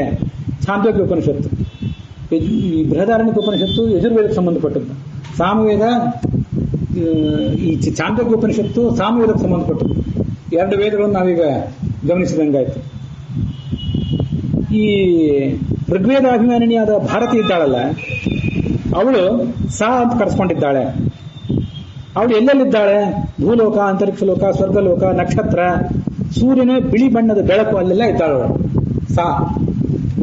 ಇವನು ಅಮ ಅಂತ ಕರೆಸ್ಕೊಂಡಿದ್ದಾನೆ ಈ ಮುಖ್ಯ ಪ್ರಾಣ. ಸಾಮವೇದಕ್ಕೆ ಅಭಿಮಾನಿನಿಯಾದ ಪ್ರಾಣ ಅಗ್ನಿ, ಭೂತವಾಯು, ಪಂಚಮಹಾಭೂತಗಳಲ್ಲಿ ಸೇರಿದ ವಾಯು, ಆದಿತ್ಯ, ಚಂದ್ರ, ಸೂರ್ಯ. ಆ ಸೂರ್ಯನ ನೀಲಿ ಬಣ್ಣದ ಬೆಳಕಿನಲ್ಲಿ ಮುಖ್ಯ ಪ್ರಾಣ, ಬಿಳಿ ಬಣ್ಣದ ಬೆಳಕಿನಲ್ಲಿ ಭಾರತಿ. ಇವರಿದ್ದಾರೆ. ಇವನು ಅಮ ಅಂತ ಕರೆಸ್ಕೊತಾನೆ. ಈ ಪ್ರಾಣ ಎಲ್ಲಿದ್ದಾನೆ ಅಂದ್ರೆ ಭಾರತಿ ಒಳಗಿದ್ದಾನೆ. ಈ ಪತ್ನಿಯ ಹೃದಯದಲ್ಲಿ ಅವನಿರ್ತಾನಲ್ಲ, ಅವಳಿಗೆ ನಿಯಾಮಕನಾಗಿ. ಅವನನ್ನ ಈ ಸಾಮವೇದವನ್ನು ನಾವು ಅಧ್ಯಯನ ಮಾಡ್ಬೇಕಾದ್ರೆ ಏನ್ ಮಾಡಬೇಕು? ನೀವು ಒಂದು ವಿಷಯವನ್ನು ಗಮನಿಸಬೇಕು. ಸಾಮವೇದಕ್ಕೆ ಪ್ರತ್ಯೇಕವಾದ ಟೆಕ್ಸ್ಟ್ ಇಲ್ಲ. ಋಗ್ವೇದದ ಕೆಲವು ಮಂತ್ರಗಳನ್ನೇ ಸ್ವರ ಬದಲು ಮಾಡಿ ಸಾಮ ಹಾಡ್ತಾರೆ ಅಷ್ಟೇ. ಅಗ್ನ ಆಯಾ ಹಿ ಗೀತಯೇ ಗ್ರಣಾನೋ ಹವ್ಯದಾತೆ ಅಂತ ಒಂದು ಋಗ್ವೇದದ ಮಂತ್ರ ಇದ್ರೆ ಅದಕ್ಕೆ ಓ ಗ್ರಾ ಈ ಹೀಗೆಲ್ಲ ಹಿಂದೆ ಮುಂದೆ ಮಾಡಿ, ಅದಕ್ಕೆ ಮೊನ್ನೆ ಹೇಳ್ತಾರೆ ಜೈಪುರ ಘರಾಣ, ಕಿರಾಣ ಘರಾಣ, ಆಗ್ರಾ ಘರಾಣ ಅಂತ ಬೇರೆ ಬೇರೆ ಪದ್ಧತಿಯಲ್ಲಿ ಅದನ್ನೇ ಹಾಡ್ತಾರೆ ಅಷ್ಟೇ.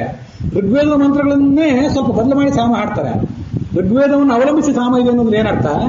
ಮುಖ್ಯ ಪ್ರಾಣ ತನ್ನ ಹೆಂಡತಿಯನ್ನು ಬಿಟ್ಟಿಲ್ಲ, ಒಳಗಿನ ಅರ್ಥ ಇದೆ ಅದಕ್ಕೆ. ಇದನ್ನ ಆ ಯಕ್ಷ ನಿರೀಕ್ಷಿಸಿದ್ದ, ಈ ಉತ್ತರ ಕೊಟ್ಟ, ಅಷ್ಟು ಅರ್ಥ ಅದಕ್ಕಿದೆ. ಆದ್ರಿಂದ ಋಕ್ಸಾಮಗಳ ಸಂಗಮ ರೂಪದಲ್ಲೇ ಸಾಮವೇದವನ್ನು ಹಾಡ್ತಾರೆ. ಆದ್ರಿಂದ ಆ ಸಾಮವೇದಕ್ಕೆ ಸಾಮ ಅಂತ ಹೆಸರಿದೆ, ಮುಖ್ಯ ಪ್ರಾಣನಿಗೆ ಸಾಮ ಅಂತ ಹೆಸರಿದೆ. ಅವಳು ಸಾಮ, ಇವನು ಅಮ. ಅವಳ್ಯಾಕೆ ಸಾ ಅಂದ್ರೆ ಸಾರತ್ವ ಸರ್ವಯೋಷಿತಾಂ, ಎಲ್ಲಾ ಸ್ತ್ರೀಯರಲ್ಲೂ ಸಾರಭೂತಳಾದವಳು, ಶ್ರೇಷ್ಠ ಸ್ತ್ರೀ. ಲಕ್ಷ್ಮೀದೇವಿಯನ್ನು ಹೊರತುಪಡಿಸಿದರೆ ಸರಸ್ವತಿ, ಭಾರತಿ ಅವರೇ ಅಲ್ಲ, ಅವ್ರದೇ ಸ್ಥಾನ. ಶತಪಥ ಬ್ರಾಹ್ಮಣ ಅಲ್ಲಿ ಯಜ್ಞ ಎಂ ವಾವಸಾಯೋಷ ತ್ವಂತು ಪುಮಾನ್, ಯಜ್ಞವನ್ನು ಕುರಿತು ಸಂಬೋಧನೆ ಮಾಡೋದು. ಯಾರನ್ನು ಯಜ್ಞವನ್ನು ಕುರಿತು? ಯಜ್ಞಕುಂಡವನ್ನು ಕುರಿತು ಸಂಬೋಧನೆ ಅಲ್ಲ, ಯಜ್ಞಕುಂಡ ಜಡ, ಅದಕ್ಕೇನು ಸಂಬೋಧನೆ ಮಾಡೋದು? ಯಜ್ಞಾಭಿಮಾನಿ ದೇವತೆ ಯಾರದು? ಅದನ್ನು ಮುಂದೆ ನೋಡ್ತೀವಿ. ಅದೇನು ಅಂತಂದ್ರೆ ಯಜ್ಞ ಏಂ ವಾವ ಯೋಷ, ಯಜ್ಞನೇ ಇವಳು. ಈ ಋಕ್ ಏನಿದೆಯಲ್ಲ, ಇವಳು ಸ್ತ್ರೀ.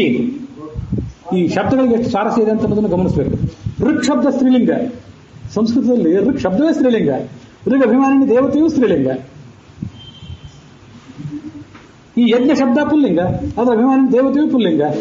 ಶಬ್ದಗಳಿಗೆ ಲಿಂಗ ಸುಮ್ಮನೆ ಬಂದಿಲ್ಲ, ಆಯಾ ದೇವತೆಗಳಿಗೆ ಸಂಬಂಧಪಟ್ಟ ಲಿಂಗ ಆಗಿರ್ತದೆ ಅದು. ತ್ವಂತು ಪುಮಾನ್ ತಸ್ಮಾತ್ ತಾಮ್ ಉಪಮಂತ್ರಸ್ವ, ಯಜ್ಞ ಪುರುಷನೇ ಈ ಋಕ್ ಇದಕ್ಕೆ ಸ್ತ್ರೀ ಅಭಿಮಾನಿಯಾಗಿದ್ದಾಳೆ, ನೀನು ಪುರುಷನಾಗಿದ್ದೆ, ಆದ್ರಿಂದ ಇವಳನ್ನು ಸ್ವೀಕರಿಸು. ನೋಡಿ, ಈ ಶ್ಲೋಕದಲ್ಲಿ ಏನ್ ಗೊತ್ತು? ಮಹಾಭಾರತ ಶ್ಲೋಕದಲ್ಲಿ ಋಗೇಕ ವೃಣುತೆ ಯಜ್ಞಂ, ಈ ಪತ್ನಿ ಆ ಗಂಡನ ಜೀವನವನ್ನು ಆವರಿಸಿಕೊಂಡಿದ್ದಾಳೆ. ವೃಣುತೆ ಅಂದ್ರೆ ಆವರಿಸಿಕೊಂಡಿದ್ದಾಳೆ. ನೀವು ನಾಳೆ ಒಂದು ಯಜ್ಞ ಮಾಡ್ತೀರಿ, ಬೃಹತಿ ಸಹಸ್ರ ಯಜ್ಞ ಮಾಡ್ತೀರಿ, ಇಡೀ ಯಜ್ಞವನ್ನು ಆವರಿಸಿಕೊಂಡಿರೋದು ಯಾವುದು? ಋಗ್ವೇದದ ಬೃಹತ್ ಮಂತ್ರಗಳನ್ನು ಹೊರತುಪಡಿಸಿದ್ರೆ ನಿಮ್ಗೆ ಯಜ್ಞ ಮಾಡ್ಲಿಕ್ಕಿಲ್ಲ. ಋಗ್ವೇದದ ಮಂತ್ರಗಳು ಯಜ್ಞದ ಉದ್ದಗಲಕ್ಕೂ ಹೇಗೆ ಹಾಸುಹೊಕ್ಕಾಗಿವೆಯೋ, ಭಾರತೆ ಮುಖ್ಯ ಪ್ರಾಣ ಇಡೀ ಜೀವನದಲ್ಲಿ ಹಾಸುಹೊಕ್ಕಾಗಿದ್ದಾಳೆ. ನಿತ್ಯ ಪತ್ನಿ, ಅವಾಗ ಯಾವಾಗಲೂ ಅವಳೇ ಪತ್ನಿ, ಮುಂದೂ ಅವಳೇ ಪತ್ನಿ. ನಿಜ ಪತ್ನಿ ಅಂತ ಒಂದ್ ಕಡೆ ತಾತ್ಪರ್ಯ ನಿರ್ಣಯದಲ್ಲಿ ಹೇಳ್ತಾರೆ, ನಿಜ ಭಾರ್ಯ ಅಂತ ಹೇಳ್ತಾರೆ. ಇವಳನ್ನು ಸ್ವೀಕರಿಸು. ಋಗೇಕ ವೃಣುತೆ ಯಜ್ಞಂ, ಆ ಋಗಭಿಮಾನಿಯಾದ ಭಾರತಿ ಯಜ್ಞನನ್ನು ಆವರಿಸಿಕೊಂಡಿದ್ದಾಳೆ, ಅವನ ಜೀವಮಾನದಲ್ಲಿ ಮಹತ್ವದ ಪಾತ್ರ ವಹಿಸಿದ್ದಾಳೆ. ಆಮೇಲೆ ತಾಮ್ ಯಜ್ಞವನ್ನು ಹಾಕಿ ಬರ್ತತೆ, ಮುಖ್ಯ ಪ್ರಾಣ ಅವಳನ್ನೆಂದು ಬಿಟ್ಟಿರೋದಿಲ್ಲ. ಧರ್ಮೇ ಅರ್ಥೇ ಕಾಮೇ ನಾತಿ ಚರಾಮಿ ಅಂತ ನಾವು ಪ್ರತಿಜ್ಞೆ ಮಾಡ್ತೇವೆ, ಆಮೇಲೆ ಕೈ ಬಿಡ್ತೇವೆ. ಅವ್ರು ಹಂಗಲ್ಲಲ್ಲ. ಆ ಅರ್ಥ ನಿಜವಾಗಿ ಈಗ ವಿಚಾರ ಮಾಡ್ಬೇಕು. ನಮ್ದು ನಿಮ್ದು ಯಾರ್ದಾದ್ರೂ ಮದುವೆ ನಡೆದ್ರೆ ಅಲ್ಲಿ ಒಳಗೆ ಲಕ್ಷ್ಮೀ ದೇವಿದು ಪರಮಾತ್ಮಂದು ಮದುವೆ ನಡೀತದೆ ಅಂತ ಯಾಕೆ ಅನುಸಂಧಾನ ಮಾಡ್ತಿರ್ತಾರಂದ್ರೆ, ನಾವೆಲ್ಲಾ ಪ್ರತಿಜ್ಞೆಗಳನ್ನು ಮಾಡಿ ಆಮೇಲೆ ಅದನ್ನು ಕಿತ್ತು ಒಗಿತಿರ್ತೇವೆ. ಆದ್ರೆ ಆ ಎಲ್ಲ ಆದ ಪ್ರತಿಜ್ಞೆಗಳಿಗೆ, ಪುರೋಹಿತರು ಮಾಡಿಸಿದ ಪ್ರತಿಜ್ಞೆಗಳಿಗೆ ಅನುಸಾರವಾಗಿ ನಿಜವಾದ ಅರ್ಥದಲ್ಲಿ ಅದನ್ನು ಮುನ್ನಡೆಸುವವರು ಭಾರತೀಯ ಮುಖ್ಯ ಪ್ರಾಣ ಮತ್ತೆ ಲಕ್ಷ್ಮೀನಾರಾಯಣರು. ಅದನ್ನವರು ಬಿಟ್ಟಿರೋದೇ ಇಲ್ಲ. ಛಾಂದೋಗ್ಯ ಪರಿಷತ್ನಲ್ಲಿ ಮತ್ತೊಂದು ಕಡೆ ಅದನ್ನು ವರ್ಣಿಸ್ತಾನೆ. ಅಗ್ನೇಹ ರುಚಃ ವಾಯೋ ಯಜುಂಷಿ ಸಾಮಾನ್ಯಾದಿತ್ಯ ಅಗ್ನೇಯ ರಸಸ್ತು ಋಗ್ವೇದಮಾನಿ ಬ್ರಹ್ಮ ಪ್ರಕೀರ್ತಿತಃ. ಆ ಛಾಂದೋಗ್ಯ ಪರಿಷತ್ ಭಾಷ್ಯದಲ್ಲಿ ಹೀಗೆ ಅದರ ವರ್ಣನೆ ಇದೆ. ಋಗ್ವೇದಾಭಿಮಾನಿಯಾದಂಥ ಚತುರ್ಮುಖ. ಇದು ನೋಡಿ, ಋಗ್ವೇದಕ್ಕೆ ಅಭಿಮಾನಿ ಸರಸ್ವತಿ ಭಾರತೀಯರು ಹೌದು, ಇಲ್ಲ ಅಂತಲ್ಲ. ಚತುರ್ಮುಖನೂ ಒಬ್ಬ ಅಭಿಮಾನಿನೇ. ಅನೇಕ ಜನ ಅಭಿಮಾನಿಗಳಿರ್ತಾರೆ. ಒಂದೊಂದು ಸಂದರ್ಭದಲ್ಲಿ ಒಬ್ಬೊಬ್ಬರನ್ನ ಹೈಲೈಟ್ ಮಾಡ್ತಾರೆ ಅಷ್ಟೇ. ಅವನು ಅಗ್ನಿಗಿಂತ ಶ್ರೇಷ್ಠ, ಚತುರ್ಮುಖ ಬ್ರಹ್ಮ ಅಗ್ನಿಗಿಂತ ಶ್ರೇಷ್ಠ. ಯಜುರ್ವೇದಾಭಿಮಾನಿ ರುದ್ರ, ಯಜುರ್ವೇದಾತ್ಮಕ ಹರಹ ಅಂತ ಒಂದು ವರ್ಣನೆ ಮಾಡ್ತಾರೆ. ಇಲ್ಲಿ ಯಜಃ ಅಂತ ಬಂತು ನೋಡ್ರಿ ಮಹಾಭಾರತದ ಈ ಶ್ಲೋಕದಲ್ಲಿ. ಮನೋಭಿಮಾನಿಯಾದಂತಹ ರುದ್ರನೇ ಯಜುವಂಶಿ ಅಂತ ಬಂತಲ್ಲ, ಅದು ಆ ಅಭಿಪ್ರಾಯದಿಂದಲೇ ಬಂದದ್ದು. ಮನೋವೈ ಯಜ್ಞೀಯಂ ಯಜುಹು ಅಂದ್ರೆ ಮನೋಭಿಮಾನಿಯಾದ ರುದ್ರ ಈ ಯಜುರ್ವೇದಕ್ಕೂ ಅಭಿಮಾನಿಯಾಗಿದ್ದಾನೆ ಅನ್ನೋ ಒಂದು ತಾತ್ಪರ್ಯ ಅಲ್ಲಿದೆ. ಅವನು ನಾಸಿಕ್ಯ ವಾಯುವಿಗಿಂತ ಶ್ರೇಷ್ಠ. ಸಾಮವೇದಾಭಿಮಾನಿ ಮುಖ್ಯ ಪ್ರಾಣ ಸೂರ್ಯನಿಗಿಂತ ಶ್ರೇಷ್ಠ. ಇದೆಲ್ಲ ಈ ಭಾರತದ ಈ ಛಾಂದೋಗ್ಯೋಪನಿಷತ್ತಿನ ಅರ್ಥ ಎಲ್ಲ, ಭಾಷ್ಯದ ಅರ್ಥ ಮಹಾಭಾರತದ ಈ ಶ್ಲೋಕದ ಪೂರ್ವಾರ್ಧದಲ್ಲಿದೆ. ಈಗ ಆ ಮಹಾಭಾರತಕ್ಕೆ 1-2 ಅರ್ಥಗಳು ಹೆಚ್ಚಾಗ್ತಾ ಹೋದವು. ಜ್ಞಾನಿಗಳವರು ಇನ್ನೂ ಹೆಚ್ಚು ಅರ್ಥ ಹೇಳ್ಯಾರು, ಸಣ್ಣವರು ಕಡಿಮೆ ಅರ್ಥಗಳನ್ನು ನಾವು ಹೇಳಿದ್ದೇವೆ ಇಷ್ಟೇ. ರುದ್ರ ಮನೋಭಿಮಾನಿ ಅಂತಂದ್ರೆ ನಮ್ಗೆ ಗೊತ್ತಿದೆ, ಇಲ್ಲ ಅಂತಲ್ಲ. ಅವನು ಏನ್ ಕೆಲಸ ಮಾಡಿಸ್ತಾನೆ ರುದ್ರ? ಅವನ ಪತ್ನಿ ಏನ್ ಕೆಲಸ ಮಾಡಿಸ್ತಾಳೆ? ನಾವು ದೇವತೆಗಳಿಗೆಲ್ಲ ನಮಸ್ಕಾರ ಮಾಡ್ತೇವೆ. ನಮಸ್ಕಾರ ಮಾಡುವಾಗ ಅವರ ಪಾತ್ರ ಏನು, ನಮ್ಮ ಜೀವಮಾನದಲ್ಲಿ ಅವರ ಪಾತ್ರ ಏನು ಇದೆಲ್ಲ ನಾವು ನೋಡ್ಬೇಕು. ಉಮಾವೈವಾಕ್ ಸಮುದ್ದಿಷ್ಟ ಮನೋರುದ್ರ ಉದಾಹೃತಃ ತದೇತನ್ ಮಿಥುನಂ ಜ್ಞಾತ್ವ ನದಾಂಪತ್ಯಾದ್ ವಿಹೀಯತೆ ಅಂತ ಬ್ರಹ್ಮಸೂತ್ರ ಭಾಷ್ಯದಲ್ಲಿ ಒಂದು ಶ್ಲೋಕ. ಉಮಾದೇವಿಯನ್ನ ವಾಗ್ದೇವಿ ಅಂತ ಹೇಳಬೇಕು. ವಾಗ್ದೇವಿ ಅಂದ್ರೆ ಕೇವಲ ಸರಸ್ವತಿ ಭಾರತೀಯರಲ್ಲ, ಉಮಾದೇವಿಯೂ ವಾಗ್ದೇವಿಯೇ, ವಾಗಭಿಮಾನಿನಿಯೇ. ಆಮೇಲೆ ಮನೋರುದ್ರ ಉದಾಹೃತಃ, ಮನೋಭಿಮಾನಿ ರುದ್ರ. ಹಾಗಾಗಿ ಶಿವಪಾರ್ವತಿಯರ ದಾಂಪತ್ಯ ಅಂದ್ರೆ ಏನದು? ಮಾತು ಮತ್ತು ಮನಸ್ಸುಗಳ ದಾಂಪತ್ಯ. ಮನಸ್ಸಿನಿಂದ ಆಲೋಚನೆ ಮಾಡಬೇಕು, ಮಾತಾಡಬೇಕು. ಮನಸ್ಸಿನಿಂದ ಬೇಕಾಬಿಟ್ಟಿಯಾಗಿ ಆಲೋಚನೆ ಮಾಡಿ ಬೇಕಾಬಿಟ್ಟಿಯಾಗಿ ಮಾತಾಡಬಾರದು, ಅದು ಮನುಷ್ಯರ ಲಕ್ಷಣ. ದೇವತೆಗಳು ಹಾಗೆ ಬೇಕಾಬಿಟ್ಟಿ ಆಲೋಚನೆ ಮಾಡುವವರು ಅಲ್ಲ, ಬೇಕಾಬಿಟ್ಟಿ ಮಾತಾಡುವವರು ಅಲ್ಲ. ಯಾಕಂತಂದ್ರೆ ಆ ದಂಪತಿಗಳ ನಡುವೆ ಅನ್ಯೋನ್ಯವಾದ ಸಂಬಂಧ ಇರ್ತದೆ. ಮನುಷ್ಯರ ನಡುವೆ ಅದಿರೋದಿಲ್ಲ. ಅನ್ಯೋನ್ಯವಾದ ಸಂಬಂಧ ನಮ್ಮ ಮಾತು ಮತ್ತು ಮನಸ್ಸುಗಳ ನಡುವೆನೂ ಇಲ್ಲ, ನಮ್ಮ ಹೆಂಡತಿ ನಮ್ಮ ನಡುವೆಯೂ ಇಲ್ಲ. ದೇವತೆಗಳಲ್ಲಿ ಅವರು ವರ ಕೊಟ್ರೆ ಶಾಪ ಕೊಟ್ರೆ ಆ ಥರ ಯಾಕೆ ಆಗ್ತದಂದ್ರೆ ಮನಸ್ಸಿನಿಂದ ಆಲೋಚನೆ ಮಾಡಿ ಕೊಡ್ತಿರ್ತಾರೆ. ಆ ಗಂಡ ಹೆಂಡತರ ನಡುವೆ ಅಷ್ಟೊಂದು ಘನಿಷ್ಠವಾದ ಸಂಬಂಧ ಇರ್ತದೆ. ಒಂದು ವಿಷಯ, ಉಮಾದೇವಿ ವಾಗಭಿಮಾನಿನಿ, ಶಿವ ಮನೋಭಿಮಾನಿ ಅಂತ ತಿಳ್ಕೊಂಡ್ರೆ ನಮಗೇನು ಲಾಭ? ಮುಖ್ಯ ಪ್ರಾಣನ ಸಾಮಾನು ತಿಳ್ಕೊಂಡ್ರೆ ಸಾಮಾನು ಲೋಕಕ್ಕೆ ಹೋಗ್ತೀವಿ ಅಂತ ಬಂತಲ್ಲ, ಲೋಕಕ್ಕೆ ಹೋಗೋದು ಆಮೇಲೆ ಆತ್ರಿ. ಈ ಲೋಕದಲ್ಲಿ ನಮಗೆ ಸ್ವಲ್ಪ ಏನಾದ್ರು ಒಳ್ಳೇದಾಗಬೇಕಲ್ಲ. ಮುಖ್ಯ ಪ್ರಾಣ ಲೋಕಕ್ಕೆ ಹೋಗೋದು ಆಮೇಲೆ ಆಯ್ತು, ಸತ್ತ ಮೇಲೆ ಹೋಗೋದು. ಸಾಯೋದಕ್ಕಿಂತ ಮುಂಚೆ ಈ ಜಗತ್ತಿನಲ್ಲಿ ಸ್ವಲ್ಪ ಏನಾದ್ರು ಒಳ್ಳೇದಾಗಬೇಕಲ್ಲ ನಮಗೆ, ಅದನ್ನ ಹೇಳ್ರಿ ಅಂತಂದ್ರೆ ತದೇ ತನ್ ಮಿಥುನಂ ಜ್ಞಾತ್ವ ನ ದಾಂಪತ್ಯ ವಿಹೀಯತೆ.